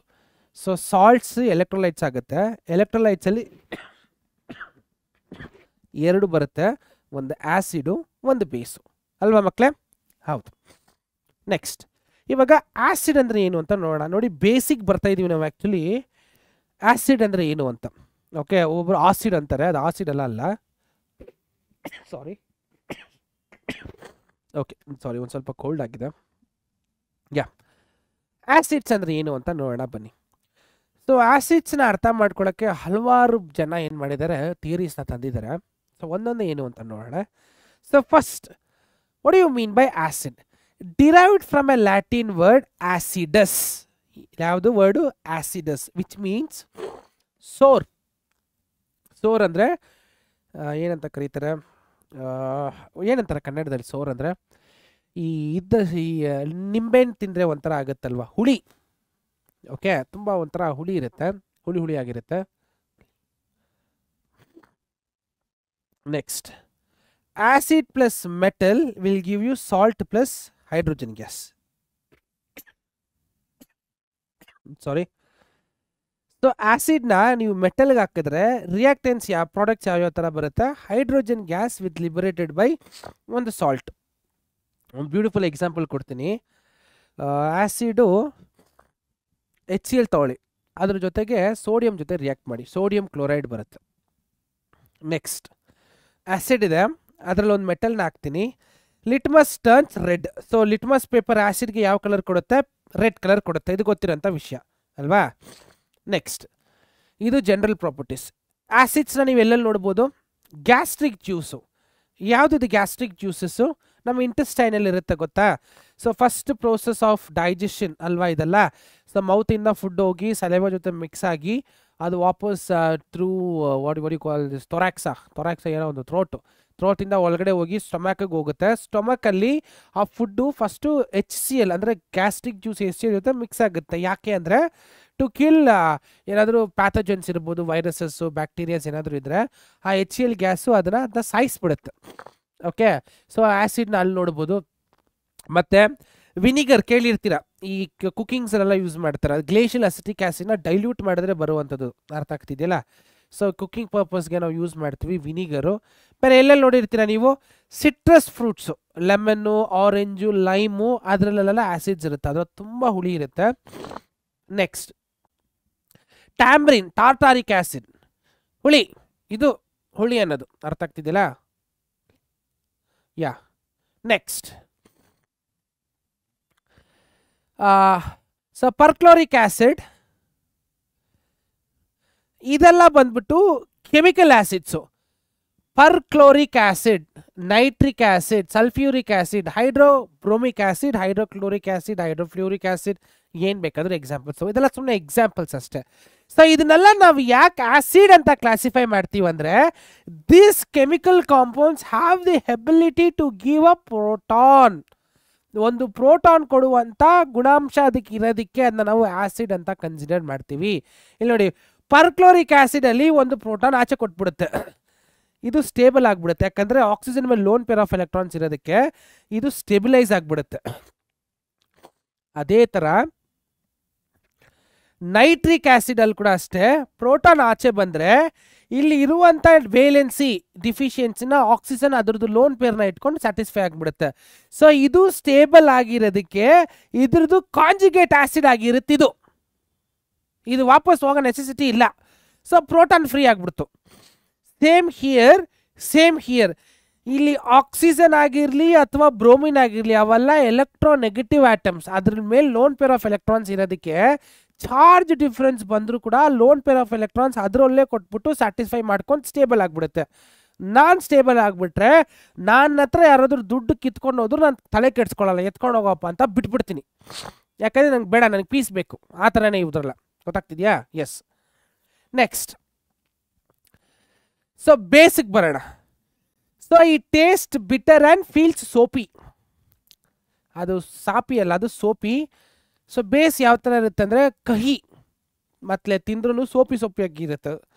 ಈ ಮಖ ತೊಳೆಯುವಾಗ ಸೋಪ್ ನೀರು ಬಾಯಿಗೆ ಹೋಗಿದೆ, ಆ ಥರ ಟೇಸ್ಟ್ ಬರುತ್ತೆ. ನೆಕ್ಸ್ಟ್ ಲಿಟ್ಮಸ್ ಪೇಪರ್ಗೆ ಬೇಸ್ ಯಾವ ಕಲರ್ ಕೊಡುತ್ತೆ? ಬ್ಲೂ ಕಲರ್ ಅಲ್ವಾ, ಅದು ಗೊತ್ತಿರೋಂಥ ವಿಷಯ. So litmus turns blue when dipped in base. Next examples for bases ನೋಡೋಣ. NaOH, sodium hydroxide, lithium hydroxide, barium hydroxide, potassium hydroxide. So ಇದನ್ನೆಲ್ಲನೂ ನಾವು ಯಾಕೆ ಬೇಸ್ ಅಂತ ಕ್ಲಾಸಿಫೈ ಮಾಡ್ತೀವಂದರೆ, ಇಷ್ಟರಲ್ಲೂ ಕಾಮನ್ ಆಗಿ ಏನಿದೆ ಹುಡುಕಿ ನೋಡೋಣ. ಸೋಡಿಯಂ ಹೈಡ್ರಾಕ್ಸೈಡಲ್ಲಿ, ಲಿಥಿಯಂ ಹೈಡ್ರಾಕ್ಸೈಡಲ್ಲಿ, ಬೇರಿಯಂ ಹೈಡ್ರಾಕ್ಸೈಡಲ್ಲಿ, ಪೊಟ್ಯಾಷಿಯಂ ಹೈಡ್ರಾಕ್ಸೈಡಲ್ಲಿ ಏನು ಕಾಮನ್ ಆಗಿದೆ? ಇದೆಲ್ಲ ಮೆಟಲ್ಸ್ ಆಗೋಯ್ತು. ಸೋಡಿಯಂ, ಲಿಥಿಯಂ, ಬೇರಿಯಂ, ಪೊಟ್ಯಾಷಿಯಂ ಅಲ್ಲ, ನಮಗೆ ಬೇಕಾಗಿರೋದು ಇದು ಹೈಡ್ರಾಕ್ಸೈಡ್ಸ್. ಕಾಣಿಸ್ತಿದ್ಯಾ? OH OH OH OH. So bases ಅಂದರೆ ಏನು? Which can produce a hydroxide ion. ಒಂದು ಬೇಸ್ ಅಂತ ಯಾವಾಗ ಕನ್ಸಿಡರ್ಡ್ ಆಗುತ್ತೆ ಅಂದರೆ, ಹೈಡ್ರಾಕ್ಸೈಡ್ ಅಯಾನ್ ಕೊಡುವಂಥ ಕೇಪಬಿಲಿಟಿ ಅದಕ್ಕೆ ಬಂತು ಅಂದರೆ ಅದನ್ನ ನಾವು ಬೇಸ್. ಆ್ಯಸಿಡ್ ಅಂದರೆ ಪ್ರೋಟಾನ್ ಬರಬೇಕು, ಬೇಸ್ ಅಂದರೆ ಹೈಡ್ರಾಕ್ಸೈಡ್ ಅಯಾನ್ ಬರಬೇಕು. ಎಷ್ಟು ಸಿಂಪಲ್ ಅಲ್ವಾ? ಆಯಿತು, ಬನ್ನಿ ಮುಂದೆ ಹೋಗೋಣ. ಸೊ ಈಗ ಸಾಲ್ಟ್ಸ್ಗೆ ಬರೋಣ. Reaction of acids and basis produce salt and water. So ಒಂದು ಆ್ಯಸಿಡು ಮತ್ತು ಬೇಸು ಒಂದು ರಿಯಾಕ್ಟ್ ಆಯಿತು ಅಂದರೆ ಅದು ನ್ಯೂಟ್ರಲೈಸೇಷನ್ ರಿಯಾಕ್ಷನ್ ಅಂತ ಕರೀತಾರೆ. ಆ ನ್ಯೂಟ್ರಲೈಸೇಷನ್ ರಿಯಾಕ್ಷನ್ದು ಪ್ರಾಡಕ್ಟ್ಸ್ ಬಂದು ಸಾಲ್ಟ್ ಮತ್ತು ವಾಟರ್. ಮುಗೀತು. ಬನ್ನಿ ಒಂದು ಎಕ್ಸಾಂಪಲ್ ನೋಡೋಣ. HCl reacts with magnesium hydroxide. ಅವಾಗ ಏನಾಗುತ್ತೆ? HCl ಅನ್ನೋದು ಆ್ಯಸಿಡು, ಮೆಗ್ನೀಷಿಯಂ ಹೈಡ್ರಾಕ್ಸೈಡ್ ಅನ್ನೋದು ಬೇಸು ಅಲ್ವಾ. ಸೊ ನನಗೇನು ಕೊಡಬೇಕು? Salt and water. So generally it gives magnesium chloride which is a salt and plus H2O which is a water. ನೋಡಿ, sodium chloride NaCl, barium sulphide, sodium nitrite, ಇದೆಲ್ಲನೂ ಬಂದ್ಬಿಟ್ಟು neutral salts ಇವೆಲ್ಲ. ಇದೆಲ್ಲ ನೀವು ಸೆಕೆಂಡ್ ಪೀಸ್ಗೆ ಹೋದ್ರೆ ನಿಮ್ಮ ಲ್ಯಾಬಲ್ಲಿ ನೋಡ್ಬೋದು. ಆ್ಯಕ್ಚುಲಿ ನೀವು ಇದೆಲ್ಲನೂ ನೋಡ್ಬೋದು. ಸೋಡಿಯಂ ಎಲ್ಲ ಟೆಸ್ಟ್ ಕೊಡ್ತಾರೆ, ಏನಿದೆ ಕಂಡಿಡಿರಿ, what is cation and anion ಅಂತ. ಗೊತ್ತಾಗ್ತಿದೆಯಲ್ಲ? ಎಸ್. ನೆಕ್ಸ್ಟ್ ಇವಾಗ ಬನ್ನಿ, ನಾನು ಜನರಲ್ ಆಗಿ ಆಸಿಡ್ ಅಂದರೆ ಪ್ರೋಟಾನ್ ಅಂದೆ, ಬೇಸ್ ಅಂದರೆ ಹೈಡ್ರಾಕ್ಸೈಡ್ ಅಯಾನ್ ಅಂತ ಅಂದೆ. ಇವಾಗ ಆಸಿಡ್ ಬೇಸ್ ಆ್ಯಕ್ಚುಲಿ ಯಾವ್ಯಾವ ಥರ ಅರ್ಥ ಮಾಡ್ಕೋಬೋದು ಅಂತ ಅದರಲ್ಲಿ ಹಿಂದೆ ಇರೋ ಥಿಯರೀಸ್ ಏನೇನಂತ ನೋಡೋಣ. So acid bases theory number 1. Acid base ಥಿಯರಿಲಿ ಫಸ್ಟ್ ಇರೋದು Arrhenius concept of acid, Bronsted Lowry's theorem, ಮತ್ತು ಲಿವಿಸ್ ಆಸಿಡ್ಸ್ ಆ್ಯಂಡ್ ಬೇಸಿಸ್. ಇದೆಲ್ಲ ನೀವು 10th ಓದಿರೋದೆ. ನಾನು ಎಷ್ಟು ಬೇಗ ಆಗುತ್ತೋ ಅಷ್ಟು ಬೇಗ ಮಾಡ್ಕೊಂಡು ಹೋಗ್ಬಿಡ್ತೀನಿ, ಹಿಂದೆ ಜಾಸ್ತಿ ಇಳಿಯೋಕ್ಕೆ ಹೋಗಲ್ಲ. ಅರ್ಥ ಆಗ್ತಿದೆಯಲ್ಲ? ಸೊ ಬನ್ನಿ ಅರಿನಿಯಸ್ ಕಾನ್ಸೆಪ್ಟ್ಗೆ ಹೋಗೋಣ. So associates with water to give hydrogen ions. According to Arrhenius ಏನು ಆಸಿಡ್ಸ್ ಅಂದರೆ ಹೈಡ್ರೋಜನ್ ಅಯಾನ್ ಕೊಡಬೇಕು ಅಲ್ವಾ? ಎಕ್ಸಾಂಪಲ್ HCl ಏನು ಕೊಡುತ್ತೆ? ನೆಕ್ಸ್ಟ್ ಇಲ್ಲಿ ಒಂದು ಕಾನ್ಸೆಪ್ಟ್ ಬಗ್ಗೆ ಹೇಳ್ತೀನಿ, ಮರಿಬೇಡಿ ಯಾವತ್ತು ಮಕ್ಕಳೇ. Proton is unstable in nature. Proton ನೇಚರಲ್ಲಿ ಎಕ್ಸಿಸ್ಟ್ ಆಗೋಕ್ಕಾಗಲ್ಲ. ಹಂಗಾದರೆ ಪ್ರೋಟಾನ್ನ ಹೇಗೆ ಕೊಡ್ತೀರಾ ಅಂತ ಕೇಳಿದಾಗ ಯಾರಾದರೂ ಕೇಳಿದ್ರೆ ಈ ಥರ ಹೇಳಿ, ಪ್ರೋಟಾನಾಗಿ ಎಕ್ಸಿಸ್ಟ್ ಆಗಲ್ಲ, ಅದು ಬೇರೆ ಫಾರ್ಮಲ್ಲಿರುತ್ತೆ. ಅದನ್ನು ನಾವು ಹೈಡ್ರೋನಿಯಂ ಅಯಾನ್ ಅಂತ ಕರಿತೀವಿ. ಏನಂತ ಕರಿತೀವಿ? ಹೈಡ್ರೋನಿಯಂ ಅಯಾನ್ ಅಂತ. ನೋಡಿ ಇಲ್ಲಿದೆ ನೋಡಿ, H3O+ ಫಾರ್ಮ್ ಅಂತ. ಅದನ್ನು ನಾವು ಹೈಡ್ರೋನಿಯಂ ಅಯಾನ್ ಅಂತ ಕರಿತೀವಿ. ಏನಂತ ಕರಿತೀವಿ ಮಕ್ಕಳೇ? ಹೈಡ್ರೋನಿಯಂ ಅಯಾನ್ ಅಂತ. ಸೊ H+ ಎಕ್ಸಿಸ್ಟ್ ಆಗೋಕ್ಕೆ ಪಾಸಿಬಲೇ ಇಲ್ಲ. ಒಂದು ಪ್ರೋಟಾನ್ ಅಂದರೆ ಒಂದು ನ್ಯೂಟ್ರಾನ್ ಇರಲೇಬೇಕು ಅಲ್ವಾ? ಸೊ H+ ಹೆಂಗೆ ಎಕ್ಸಿಸ್ಟ್ ಆಗುತ್ತೆ ಅಂದರೆ ಹೈಡ್ರೋನಿಯಂ ಅಯಾನ್ ಫಾರ್ಮ್ಗೆ ಇರುತ್ತೆ, H3O+ ಫಾರ್ಮ್ಗೆ. ಅರ್ಥ ಆಗ್ತಿದೆಯಲ್ಲ? ಸೊ ಈ ಕಾನ್ಸೆಪ್ಟು ಅರಿನಿಯಸ್ ತರ್ತಾರೆ. ನೆಕ್ಸ್ಟ್ ಅವ್ರ ಪ್ರಕಾರ ಬೇಸ್ ಅಂದರೆ ಏನು? Which gives hydroxide ion. ನೀರಿಗೆ H+ ಕೊಟ್ಟರೆ ಆ್ಯಸಿಡು, OH- ಕೊಟ್ಟರೆ ಬೇಸು. ಅಷ್ಟೇ ಸಿಂಪಲ್ ಕಾನ್ಸಂಟ್ರೇಷನ್. ಇದೆಲ್ಲ ನಿಮ್ಗೆ ಓದಿರೋದೆ. Example NaOH dissolve will give you NaOH. So OH-. Okay. So what are the limitations of the theory? So ಥಿಯರಿಯಲ್ಲಿ ಇಷ್ಟು ಎಕ್ಸ್ಪ್ಲೇನ್ ಮಾಡೋದು, ಬಟ್ ಲಿಮಿಟೇಷನ್ಸ್ ಏನೇನು ಬಂತು ಅಂತ. It limits to aqueous solutions only. So acid ಮತ್ತು ಬೇಸು ಬರೀ ಏಕ್ವೇಸ್ solution ಅಂದರೆ ನೀರಲ್ಲಿ ಡಿಸಾಲ್ವ್ ಆಗೋಂಥ ಕಾಂಪೌಂಡ್ಸ್ಗೆ ಮಾತ್ರ ಕೊಡ್ತೇವೆ ಹೊತ್ತು ನೀರಲ್ಲಿ ಡಿಸಾಲ್ವ್ ಆಗದೇ ಇರೋ ಕಾಂಪೌಂಡ್ಸ್ದು ಅಸಿಡಿಟಿ ಬೇಸಿಸಿಟಿನ ಎಕ್ಸ್ಪ್ಲೇನ್ ಮಾಡೋಕ್ಕೆ ಹೋಗಲಿಲ್ಲ, ಯಾಕಂದರೆ ಆಗಲಿಲ್ಲ. Next some substance exhibit basic property even though they don't have hydroxide ion. ಕೆಲವೊಂದು ಪ್ರಾಡಕ್ಟ್ ಕೆಮಿಕಲ್ಸು ಹೈಡ್ರಾಕ್ಸೈಡ್ ಅಯಾನ್ ಇಲ್ಲ ಅಂದ್ರೂ ಬೇಸಿಕ್ ಪ್ರಾಪರ್ಟೀಸ್ ಕೊಡುತ್ತೆ. ಎಕ್ಸಾಂಪಲ್ ಅಮೋನಿಯಾ, NH3 ತಗೊಳ್ಳೋಣ. ಅದು ಬೇಸಿಕ್ ಇನ್ ನೇಚರು. ಅಮೋನಿಯಾ ನೀವು ತಗೊಂಡ್ರೆ NH3, ಓಕೆ, ಅದಕ್ಕೆ ಇದೇ ಇಲ್ಲ, ಬಟ್ ಹೆಂಗೆ ಕೊಡುತ್ತೆ ನೋಡಿ. ನಾನು ಹೇಳಿದ್ನಲ್ಲ ammonia, it's basic in nature. Next ಇದನ್ನ ರೂಲ್ಡ್ ಔಟ್ ಮಾಡಲಿಕ್ಕೆ ಬ್ರಾನ್ಸ್ಟೇಟ್ ಆ್ಯಂಡ್ ಲೌರಿ ಅನ್ನೋದು ಬರ್ತಾರೆ. ಅವ್ರು ಬಂದ್ಬಿಟ್ಟು ಅವ್ರದ್ದೇ ಆದಂಥ ಥಿಯರಿನ ಕೊಡ್ತಾರೆ. ಸೊ ಇವ್ರ ಪ್ರಕಾರ ಆ್ಯಸಿಡ್ ಅಂದರೆ ಏನು? ಸೊ ಇವರು ಬ್ರಾನ್ಸ್ಟೇಟು, ಇವರು ಲೌರಿ. ಓಕೆ, ಪ್ಲೀಸ್ ನೋಡ್ಕೊಡಿ, ಇವರೆಲ್ಲ ತುಂಬ important actually. Okay, so acid is a substance that is capable of donating a hydrogen ion, and base is a substance that is capable of accepting hydrogen ion. Acid ಪ್ರೋಟಾನ್ನ ಕೊಡುತ್ತೆ ಅಥವಾ ಹೈಡ್ರೋಜನ್ನ ಕೊಡುತ್ತೆ, ಬೇಸು ಪ್ರೋಟಾನ್ನ ತಗೊಳುತ್ತೆ ಅನ್ನೋದು ಅವ್ರು ಹೇಳ್ತಾರೆ. ಯಾರು? ಬ್ರಾನ್ಸ್ಟೇಟ್ ಮತ್ತು ಲಾರಿಸ್ ಥಿಯರಿ. ಓಕೆ, ನೆಕ್ಸ್ಟ್ ಅವ್ರ ಪ್ರಕಾರ ಅಮೋನಿಯಾದು ಬೇಸಿಸಿಟಿನ ಎಕ್ಸ್ಪ್ಲೇನ್ ಮಾಡ್ತಾರೆ. ಹೇಗೆ ಎಕ್ಸ್ಪ್ಲೇನ್ ಮಾಡ್ತಾರೆ ಅಂದರೆ ನೋಡಿ, ammonia reacts with water to give NH4+ OH-.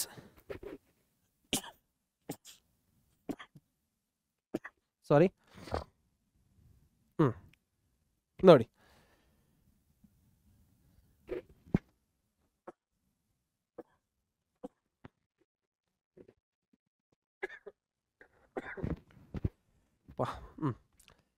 So ಇಲ್ಲಿ ಪ್ರೋಟಾನ್ನ ಆ್ಯಡ್ ಆಗಿದೆ, ಇಲ್ಲಿ ಪ್ರೋಟಾನ್ ಲೂಸ್ ಆಗಿದೆ.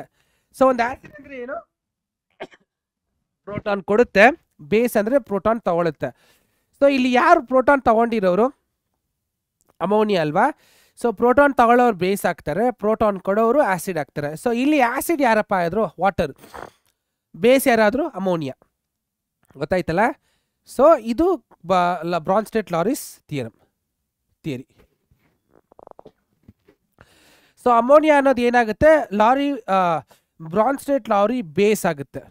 ನೆಕ್ಸ್ಟ್ ಇನ್ನೊಂದು example, HCl reacts with water to give hydronium ion plus chlorine. ಇವಾಗ ನೀವು ಹೇಳಿ ಮಕ್ಕಳೇ, ಇದರಲ್ಲಿ ಯಾವುದು ಬೇಸು, ಯಾವುದು ಆ್ಯಸಿಡು, ಯಾವುದು ಪ್ರೋಟಾನ್ ಲೂಸ್ ಆಗ್ತಿದೆ? ವಾಟರ್ ಅಲ್ವಾ? ಯಾವುದು ಪ್ರೋಟಾನ್ ಗೇನ್ ಆಗ್ತಿದೆ? HCl. So HCl is an acid.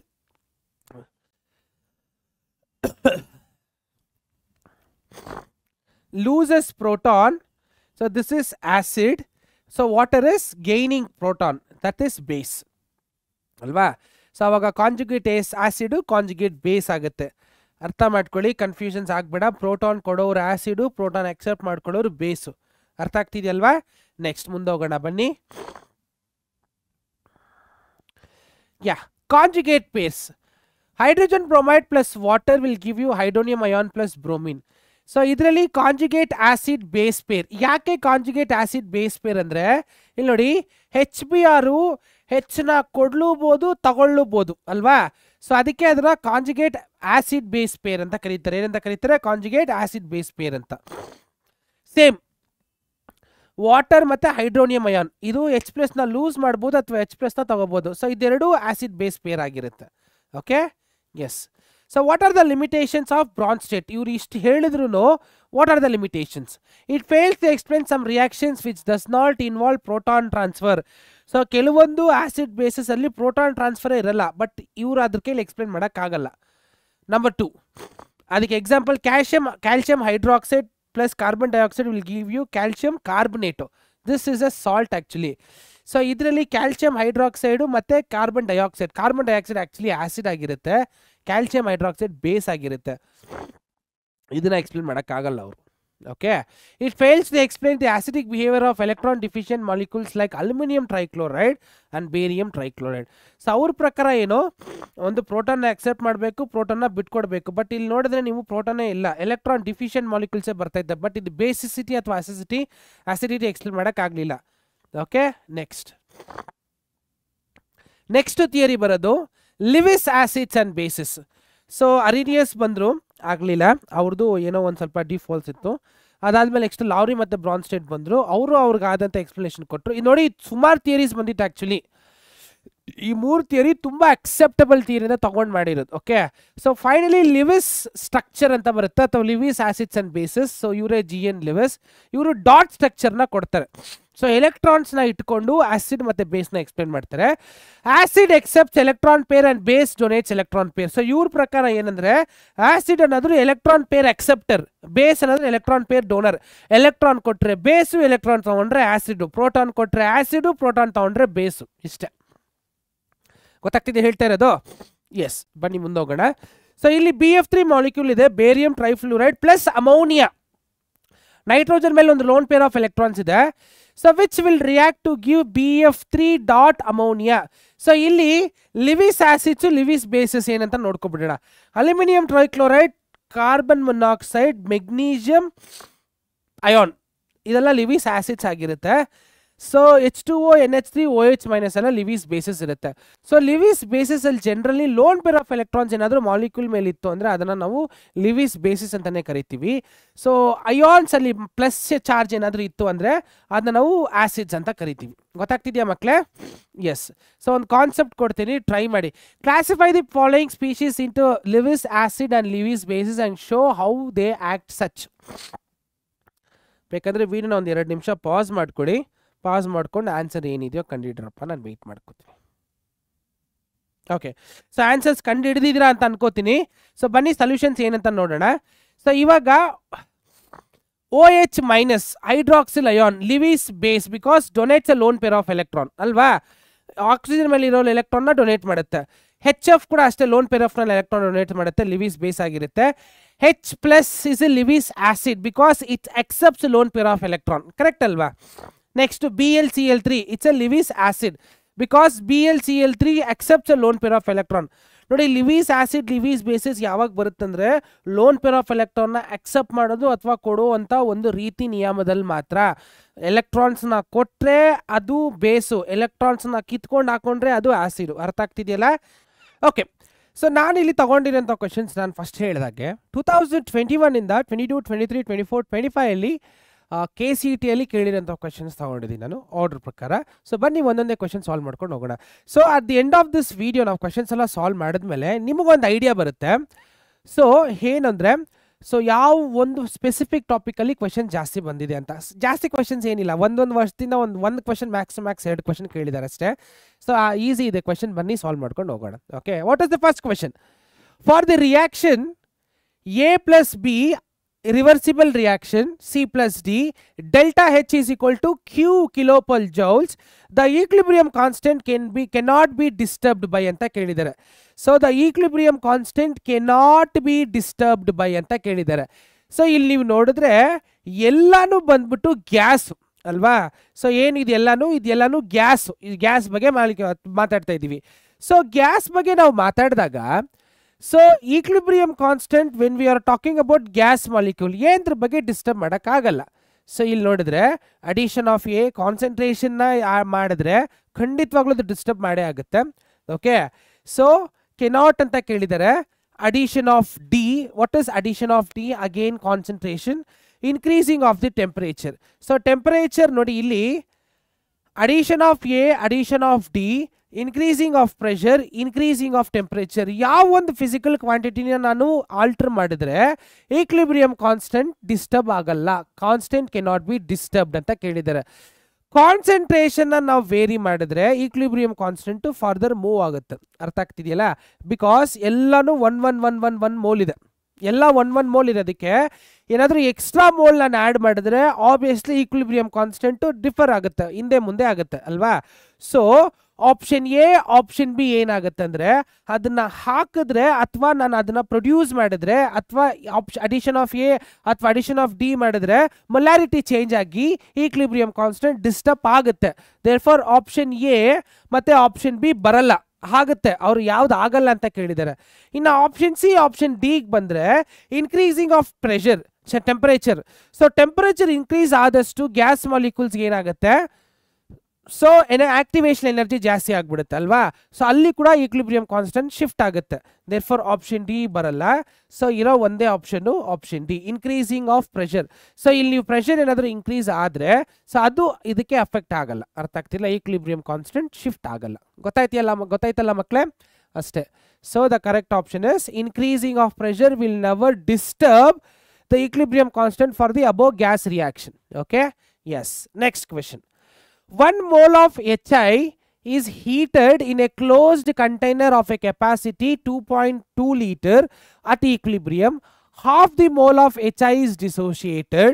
The equilibrium constant for the reaction. So ನೋಡಿ ಸಿಂಪಲ್ ಆಗಿ ಕೇಳಿದರೆ equilibrium constant ನ ನಾವು ಕ್ಯಾಲ್ಕುಲೇಟ್ ಮಾಡಬೇಕು. ಅರ್ಥ ಆಗ್ತಿದೆಯಾ? ಅಲ್ಲಿ ನೋಡಿ 1 mole of HI, 1 mole of HI hydrogen iodide is heated in a closed container of a capacity ಎಷ್ಟು 2 liter.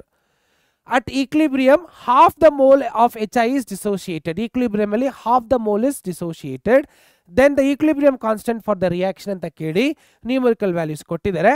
ಬನ್ನಿ ನಾವು ಕ್ಯಾಲ್ಕುಲೇಟ್ ಮಾಡಿ ನೋಡಿ ವ್ಯಾಲ್ಯೂಸ್ ಏನು ಬರುತ್ತೆ ಅಂತ ನೋಡೋಣ. ಅರ್ಥ ಆಗ್ತಿದೆಯಾ? ಎಸ್. ಇವಾಗ ಫಸ್ಟ್ HI ಯಾವ ಥರ ಡಿಸೋಷಿಯೇಟ್ ಆಗುತ್ತೆ ಅಂತ ನೋಡೋಣ. HI ಅಲ್ವಾ, hydrogen iodide. Hydrogen iodide will dissociate to give H2 plus I2. ಹೈಡ್ರೋಜನ್ ಮತ್ತು ಅಯೋಡಿನ್ ಆಚೆ ಬಂದ್ಬಿಡುತ್ತೆ. ಸೊ ಸ್ಯಾಟಿಸ್ಫೈ ಮಾಡೋಕ್ಕೆ 2ನ ಕೊಡ್ತೀನಿ ನಾನು. ಅರ್ಥ ಆಗ್ತಿದೆಯಲ್ಲ ಮಕ್ಕಳೇ? ಈಗ ಇನಿಷಿಯಲ್ ಕಾನ್ಸಂಟ್ರೇಷನ್ ನೋಡೋಣ.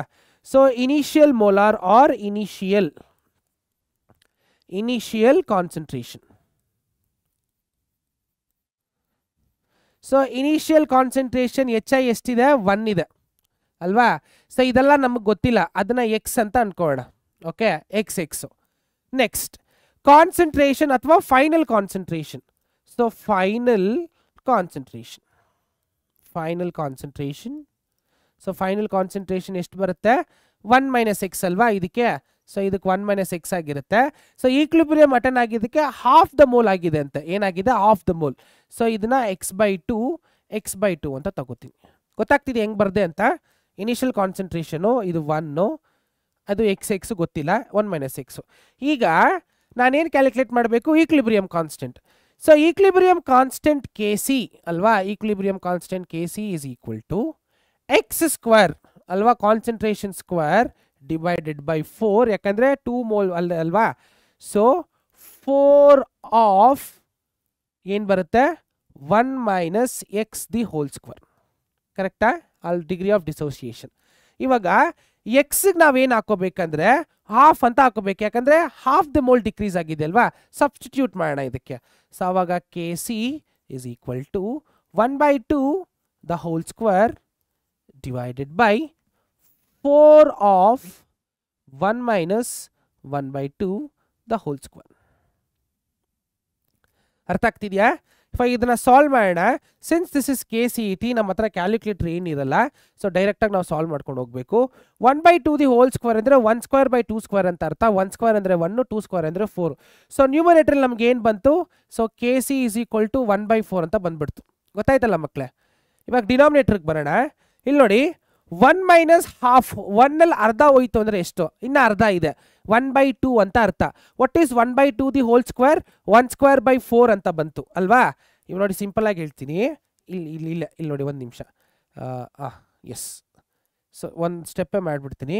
ಸೊ 4 ಆಫ್ ಹಾಫ್ ಅಲ್ವಾ, half square. Further solving, so KC is equal to 1/4 divided by 4 of 1 square by 4, 1/4. ಯಾಕಂದರೆ 2 2s are 4. 4 ಕ್ಯಾನ್ಸಲ್ ಆಗಿ ಡಿನಾಮಿನೇಟರ್ 2 ಬರುತ್ತೆ. So KC is equal to ಇದಿಷ್ಟು ಕಂಪ್ಲೀಟ್ ಆಗಿಬಿಡುತ್ತೆ. 4 ಕ್ಯಾನ್ಸಲ್ ಆಗಿ 1 ಮಾತ್ರ ಬರುತ್ತೆ, 1/4 ಅಂತ ಬರುತ್ತೆ. So what is 1/4? 0.2 mole per litre ಅಲ್ವಾ? 0.24 ಆ್ಯಕ್ಚುಲಿ, 0.2 ಅಲ್ಲ, 0.25. 0.25. ಒಂದು ನಿಮಿಷ ಇದು ಕ್ಲೀನಾಗಿ ಮಾಡಿಬಿಡ್ತೀನಿ.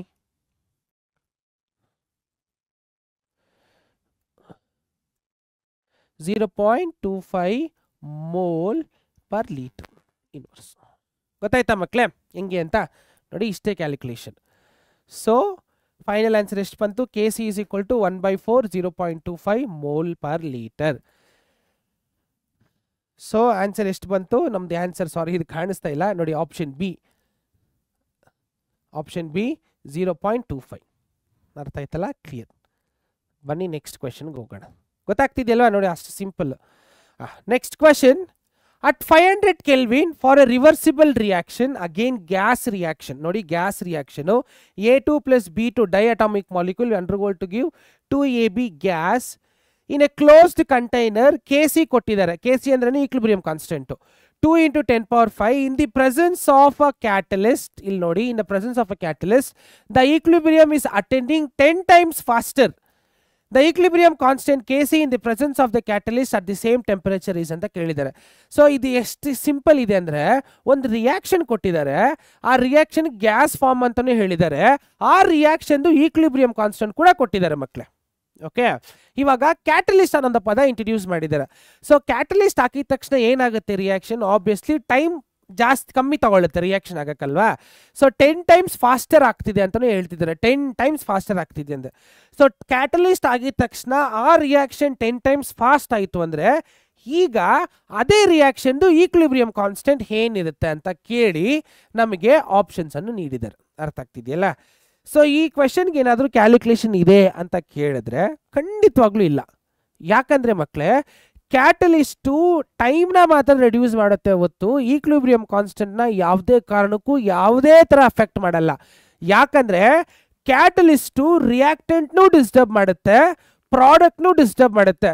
ಸೊ ಅದು ಒಂದಕ್ಕೊಂದು ಕ್ಯಾನ್ಸಲ್ ಆಗಿಬಿಟ್ಟು ಈಕ್ವಿಲಿಬ್ರಿಯಂ ಸೇಮ್ ಆಗಿ ಉಳ್ಕೊಳ್ಳುತ್ತೆ. So catalyst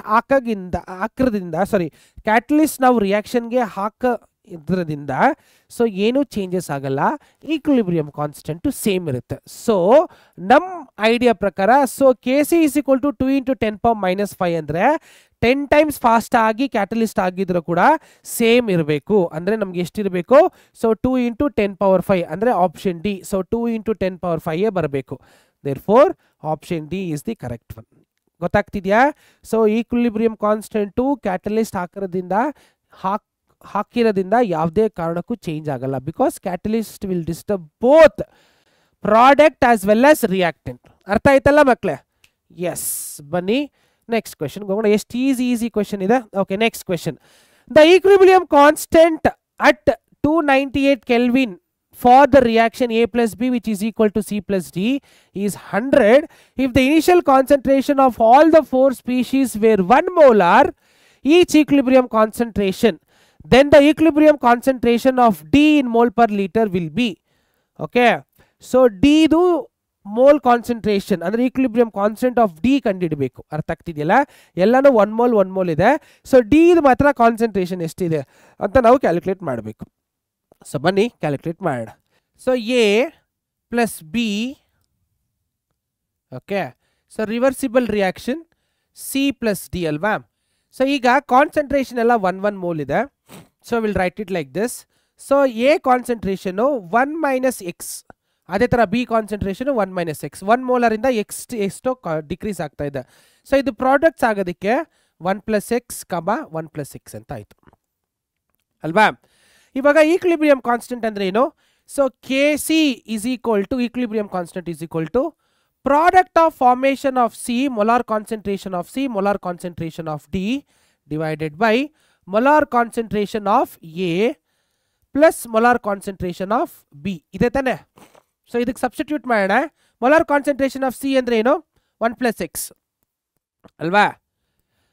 molar concentration of D ಅಂದರೆ 1 plus X by molar concentration of A ಅಂದರೆ 1 minus X, molar concentration of B ಅಂದರೆ 1 ಮೈನಸ್ ಎಕ್ಸ್ ಅಲ್ವಾ ಮಕ್ಕಳೇ. ಇದು ಕ್ಲಿಯರ್ ಆಯ್ತಲ್ವಾ. ಸೊ ಇವಾಗ ನೀಟಾಗಿ ಬರ್ಕೊಬಿಡೋಣ. ಕೆ ಸಿ ಅಂದರೆ ಏನು? 100 ಅಂತ ನನಗೆ ಗೊತ್ತು, ಅವ್ರು ಕೊಟ್ಟಿದ್ದಾರೆ. So equilibrium constant D is 100 ಅಂತ ಕೊಟ್ಬಿಟ್ಟಿದ್ದಾರೆ. Let me write 100 which is equal to, ಇವಾಗ 1 minus X into 1 minus X ಅಂದರೆ can I write this as 1 plus X the whole square ಅಂತ ಬರ್ಕೋಬೋದಾ? ಅದೇ ಥರ ಡಿನಾಮಿನೇಟರಲ್ಲಿ 1 ಮೈನಸ್ ಎಕ್ಸ್ ಇಂಟು 1 ಮೈನಸ್ ಎಕ್ಸ್ನ 1 minus X the whole square ಅಂತ ಬರ್ಕೋಬೋದಾ? ಓಕೆ, ಈಗ ಸ್ಕ್ವೇರ್ನ ಕಾಮನ್ ತಗೊಂಡು ಈ ಕಡೆ ಕಳಿಸ್ಬಿಡ್ತೀನಿ. ಅವಾಗ ಏನಾಗುತ್ತೆ?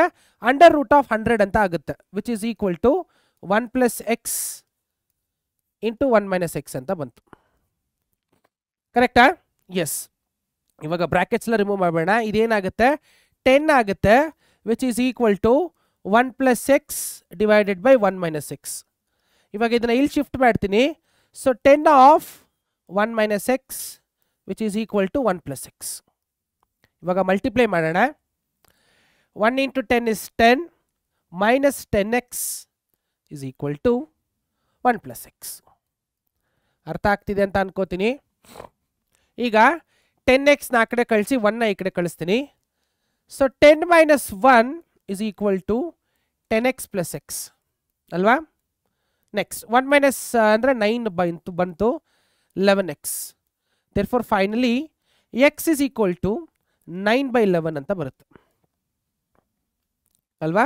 ಬನ್ನಿ ಇದನ್ನ ಡಿವೈಡ್ ಮಾಡ್ಬಿಡೋಣ 9/11ನ. ಸೊ 9/11ನ ಡಿವೈಡ್ ಮಾಡಿದ್ರೆ ಸೊ 11 ಡಿವೈಡೆಡ್ ಬೈ 9 ಇಂದ ಡಿವೈಡ್ ಆಗಲ್ಲ. ನಾನು ಯಾಕೆ ಇದೆಲ್ಲ ಮಾಡ್ತಿದ್ದೇನೆ? C T L calculator hello ಇಲ್ಲ. ಸೊ ಇಲ್ಲಿ 0 ಪಾಯಿಂಟ್ ಅಂತ ಹಾಕ್ಬಿಟ್ಟು 0 ಹಾಕ್ಬಿಡ್ತೀನಿ. 11 8s 88 is the highest. 11 8s 88. ಎಷ್ಟಪ್ಪ ರಿಮೈಂಡ್ರು? 88 ಅಂದರೆ 89 92 ಅಂದರೆ 20 ಅಲ್ವಾ. ಸೊ 11 2s 22 ಆಗಿಬಿಡುತ್ತೆ. 11 1s 11 ಆಯಿತು. ಸೊ ರಿಮೈಂಡರ್ ಎಷ್ಟು? 20 ಮೈನಸ್ 9 9 ಅಲ್ವಾ, 90. So 11 9s 99, again 11 8s 88. So 0.18 ಅಂತ ಏನೋ ತಗೋಬೋದಲ್ವಾ. 0.818 ಸೊ ಆನ್ ಏನೋ ತಗೋಬೋದು 4 ವ್ಯಾಲ್ಯೂ. 0.818 ಏನೋ ತಗೋಬೋದು.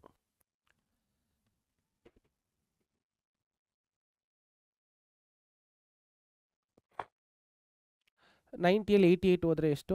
ಹಾಂ ಎಸ್ ಸಮಥಿಂಗ್ ಏನೋ ತಗೋಬೋದು. ಈಗ ಡಿಗೆ ಬರೋಣ. ಡಿ ಅಂದರೆ ಏನು ನಮ್ಮ ಪ್ರಕಾರ? ಸೊ ಇಲ್ಲಿದೆ ನೋಡಿ, ಡಿ ಅಂದರೆ ಏನು? 1 ಪ್ಲಸ್ ಎಕ್ಸ್ ಅಲ್ವಾ. So concentration of D is equal to 1 plus x which is nothing but 1 plus x ಅಂದರೆ ಎಷ್ಟು? 0.818 ಸಮಥಿಂಗ್ ಏನೋ ಬರುತ್ತೆ. ಸೊ 1.818 ಸೊ 1.818 ಏನೋ ಆನ್ಸರ್ ಬರುತ್ತೆ. ಗೊತ್ತಾಗ್ತಿದೆಯಲ್ಲ? So this is your calculation. So ಬನ್ನಿ ಆಪ್ಷನ್ ಏನಿದೆ ಅಂತ ನೋಡೋಣ. ಸೊ 0.818 ನೋಡಿ, ಆಪ್ಷನ್ ಬಿ ಕಾಣಿಸ್ತಿದ್ಯಾ? 0.818 is the correct answer. Next okay, ಇವಾಗ ಈ ಕ್ವೆಶನ್ ನೋಡೋಣ. According to Le Chatelier's principle, in the reaction carbon monoxide plus hydrogen will give you methane plus water ಅಂತ ಕೊಟ್ಟಿದ್ದಾರೆ. The formation of methane is favoured by ಯಾವುದಕ್ಕೆ favour ಆಗುತ್ತೆ ಅಂತ ಕೇಳಿದ್ದಾರೆ. increasing the concentration of carbon monoxide, increasing the concentration of H2O, in decreasing the concentration of methane and decreasing the concentration of H2 ಅಂತ ಇದೆ.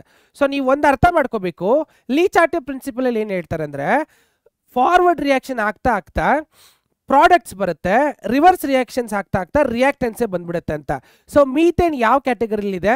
Products ಅಲ್ಲಿ ಇದೆಯಾ reactants ಅಲ್ಲಿ ಇದೆಯಾ ಪ್ರಾಡಕ್ಟ್ಸ್ ಅಲ್ಲಿ ಇದೆ ದೇರ್ ಫೋರ್ ನಾನು ರಿಯಾಕ್ಟೆಂಟ್ ಕಾನ್ಸಂಟ್ರೇಷನ್ ಇನ್ಕ್ರೀಸ್ ಮಾಡಬೇಕು ಹೊತ್ತು ಪ್ರಾಡಕ್ಟ್ ಕಾನ್ಸಂಟ್ರೇಷನ್ ಇನ್ಕ್ರೀಸ್ ಮಾಡಬಾರ್ದು ಗೊತ್ತಾಗ್ತಿದೆಯಲ್ಲ ಸೊ ಆಪ್ಷನ್ ಇಷ್ಟು ಕೊಟ್ಟಿದ್ದಾರೆ ಸೊ ಬನ್ನಿ ನಾವು ಒಂದೊಂದೇ ಚೆಕ್ ಮಾಡ್ಕೊಂಡು ಹೋಗೋಣ so increasing the concentration of carbon monoxide ಅದು ರಿಯಾಕ್ಟೆಂಟ್ಸ್ ಅಲ್ಲಿ ಇದೆ ಅದು ಇನ್ಕ್ರೀಸ್ ಆಗಲೇಬೇಕು therefore option A is correct ಅರ್ಥ ಆಗ್ತಿದೆಯಾ option A is correct so option A is correct next increasing the concentration of H2O ಅಂತ ಇದೆ H2O ಬಂದ್ಬಿಟ್ಟು ಪ್ರಾಡಕ್ಟ್ ಅಲ್ಲಿ ಇದೆ ಪ್ರಾಡಕ್ಟ್ ಅಲ್ಲಿ ಕಾನ್ಸಂಟ್ರೇಷನ್ ಇನ್ಕ್ರೀಸ್ ಆದರೆ ರಿವರ್ಸಿಬಲ್ ರಿಯಾಕ್ಷನ್ ಆಗಿಬಿಡುತ್ತೆ therefore option B is wrong decreasing the concentration of methane yes so ಇಲ್ಲಿ methane concentration decrease ಆದ್ರೂ ಫಾರ್ವರ್ಡ್ ರಿಯಾಕ್ಷನ್ಗೆ ಯೂಸ್ ಆಗುತ್ತೆ so decreasing the concentration of H2O ಆಗಲ್ಲ ಇದನ್ನ ನಾವು ಡಿಕ್ರೀಸ್ ಮಾಡಬಾರ್ದು so option A and C are correct so ಎಲ್ಲಿ ಬರುತ್ತೆ option A and C so option ಎಗೆ ಬರುತ್ತೆ so A and C belongs to option A correct ಅಲ್ವಾ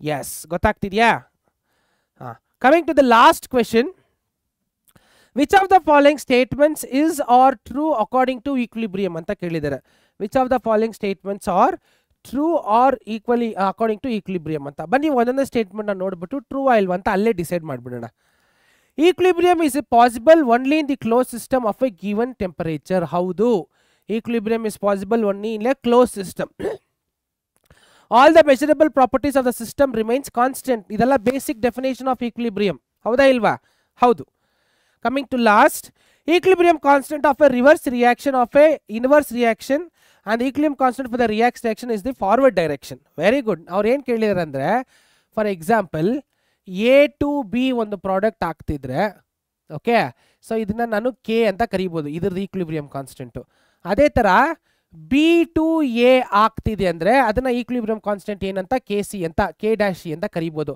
ಸೊ ಇದಕ್ಕೂ ಏನು ಸಂಬಂಧ so K C is equal to 1/k dash C ಇದನ್ನು ಓದಿದ್ದೀವಲ್ಲ ನಾವು ಸೊ ಅದೇ ಥರ್ಡ್ ಸ್ಟೇಟ್ಮೆಂಟ್ ಹೇಳ್ತಿರೋದು ಸೊ ಥರ್ಡ್ ಸ್ಟೇಟ್ಮೆಂಟ್ ಕೂಡ ಕರೆಕ್ಟು ಸೊ ಹಂಗಾದರೆ option A option B option C ಮೂರು ಸ್ಟೇಟ್ಮೆಂಟ್ ಕರೆಕ್ಟ್ ಇದೆ therefore option C is the correct one ಅರ್ಥ ಆಗ್ತಿದೆಯಾ yes option C is correct one very good so ಇಲ್ಲಿಗೆ P Y Qs ಅಂದರೆ 2001, 2002, 2003, 2004, 2005 ಅಲ್ಲಿ ಕೇಳಿರುವ ಎಲ್ಲ ಕ್ವೆಶನ್ಸ್ ನಾವು ಸಾಲ್ವ್ ಮಾಡಿದ್ದೀವಿ ಸೊ ಈ ಕ್ವೆಶನ್ಸಲ್ಲಿ ನಿಮ್ಗೆ ಯಾವ್ದು ಇಂಪಾರ್ಟೆಂಟ್ ಅಂತ ಅನಿಸ್ತು ಮಕ್ಕಳೇ ಸೊ ಈಕ್ವಿಲಿಬ್ರಿಯಂ ಕಾನ್ಸ್ಟೆಂಟ್ ತುಂಬ ಇಂಪಾರ್ಟೆಂಟ್ ಅಲ್ವಾ ಸೊ ಪ್ರಾಪರ್ಟೀಸ್ ಆಗಿರಲಿ ಆ ಸಿಂಪಲ್ ಕ್ವೆಶನ್ಸ್ ಕೇಳಿದ್ರು ಅದು ಬಿಟ್ಟರೆ ಮತ್ತು ಈಕ್ವಿಲಿಬ್ರಿಯಂ ಕಾನ್ಸ್ಟೆಂಟ್ ಕಂಡುಹಿಡಿಯೋದು ಒಂದು ರಿಯಾಕ್ಷನ್ಗೆ ಗ್ಯಾಸಿಯಸ್ ಸ್ಟೇಟ್ಗೆ ಕಂಡುಹಿಡಿಯೋದು ಅಂತ ಕ್ವೆಶನ್ಸ್ ಕೇಳಿದ್ರಲ್ಲ ಸೊ ಇಂಥ ಕ್ವೆಶನ್ಸ್ನ ನೀವು ಕಾನ್ಸಂಟ್ರೇಟ್ ಮಾಡಿದ್ರೆ ಸಾಕು ನಿಮಗೆ ಸಿ ಇ ಟಿನ ಆರಾಮಾಗಿ ಈ ಚಾಪ್ಟ್ರಲ್ಲಿ ಕ್ಲಾಕ್ ಮಾಡ್ಬೋದು ಅರ್ಥ ಆಗ್ತಿದೆಯಲ್ಲ ಸೊ ಏನೇ ಡೌಟ್ಸ್ ಇದ್ರು ದಯವಿಟ್ಟು ಕಮೆಂಟ್ ಸೆಕ್ಷನಲ್ಲಿ ಅದನ್ನು ಪೋಸ್ಟ್ ಮಾಡಿ ಮತ್ತು ಇನ್ನೂ ಒಂದು ರಿಕ್ವೆಸ್ಟು ಸೊ ದಯವಿಟ್ಟು PUC ಪರೀಕ್ಷೆ ಸೈನ್ಸ್ ಚಾನಲ್ಗೆ ಸಬ್ಸ್ಕ್ರೈಬ್ ಮಾಡಿ ನಮ್ಮ ಪ್ಲೇಸ್ಟೋರಲ್ಲಿ ನಮ್ಮ ಪರೀಕ್ಷೆ ಆ್ಯಪ್ ಇದೆ ಅದನ್ನು ಸಬ್ಸ್ಕ್ರೈಬ್ ಮಾಡಿ ನಿಮ್ಗೆ ಬೇಕಾಗಿರೋ ಎಲ್ಲ ಮಾಹಿತಿ ಇನ್ಫಾರ್ಮೇಷನ್ಸ್ ಎಲ್ಲ ನಿಮ್ಗೆ ಸಿಗುತ್ತೆ ಇನ್ಕ್ಲೂಡಿಂಗ್ ಸ್ಟಡಿ ಮೆಟೀರಿಯಲ್ಸ್ ಆಗಿರಲಿ PPTs ಆಗಿರಲಿ ಲೆಕ್ಚರರ್ಸ್ ಆಗಿರಲಿ ಪಾಯಿಂಟ್ ವೈಸ್ ಡಿಸ್ಕಷನ್ ಏನೇ ಇದ್ರೂ ಎಲ್ಲ ಅಪ್ಡೇಟ್ ಅಲ್ಲಿ ಸಿಗುತ್ತೆ ಸೊ ಚಾನಲ್ಗೂ ಸಬ್ಸ್ಕ್ರೈಬ್ ಮಾಡಿ ಆ್ಯಪ್ಗೂ ಸಬ್ಸ್ಕ್ರೈಬ್ ಮಾಡಿ ಅರ್ಥ ಆಗ್ತಿದೆಯಲ್ಲ ಸೊ ಎಲ್ರಿಗೂ ಶುಭವಾಗಲಿ ಇನ್ನೂ ಒಂದು ವೀಡಿಯೋದಲ್ಲಿ ನಾವು ಮೀಟ್ ಆಗೋಣ ಅಲ್ಲಿ ತನಕ take care bye bye thank you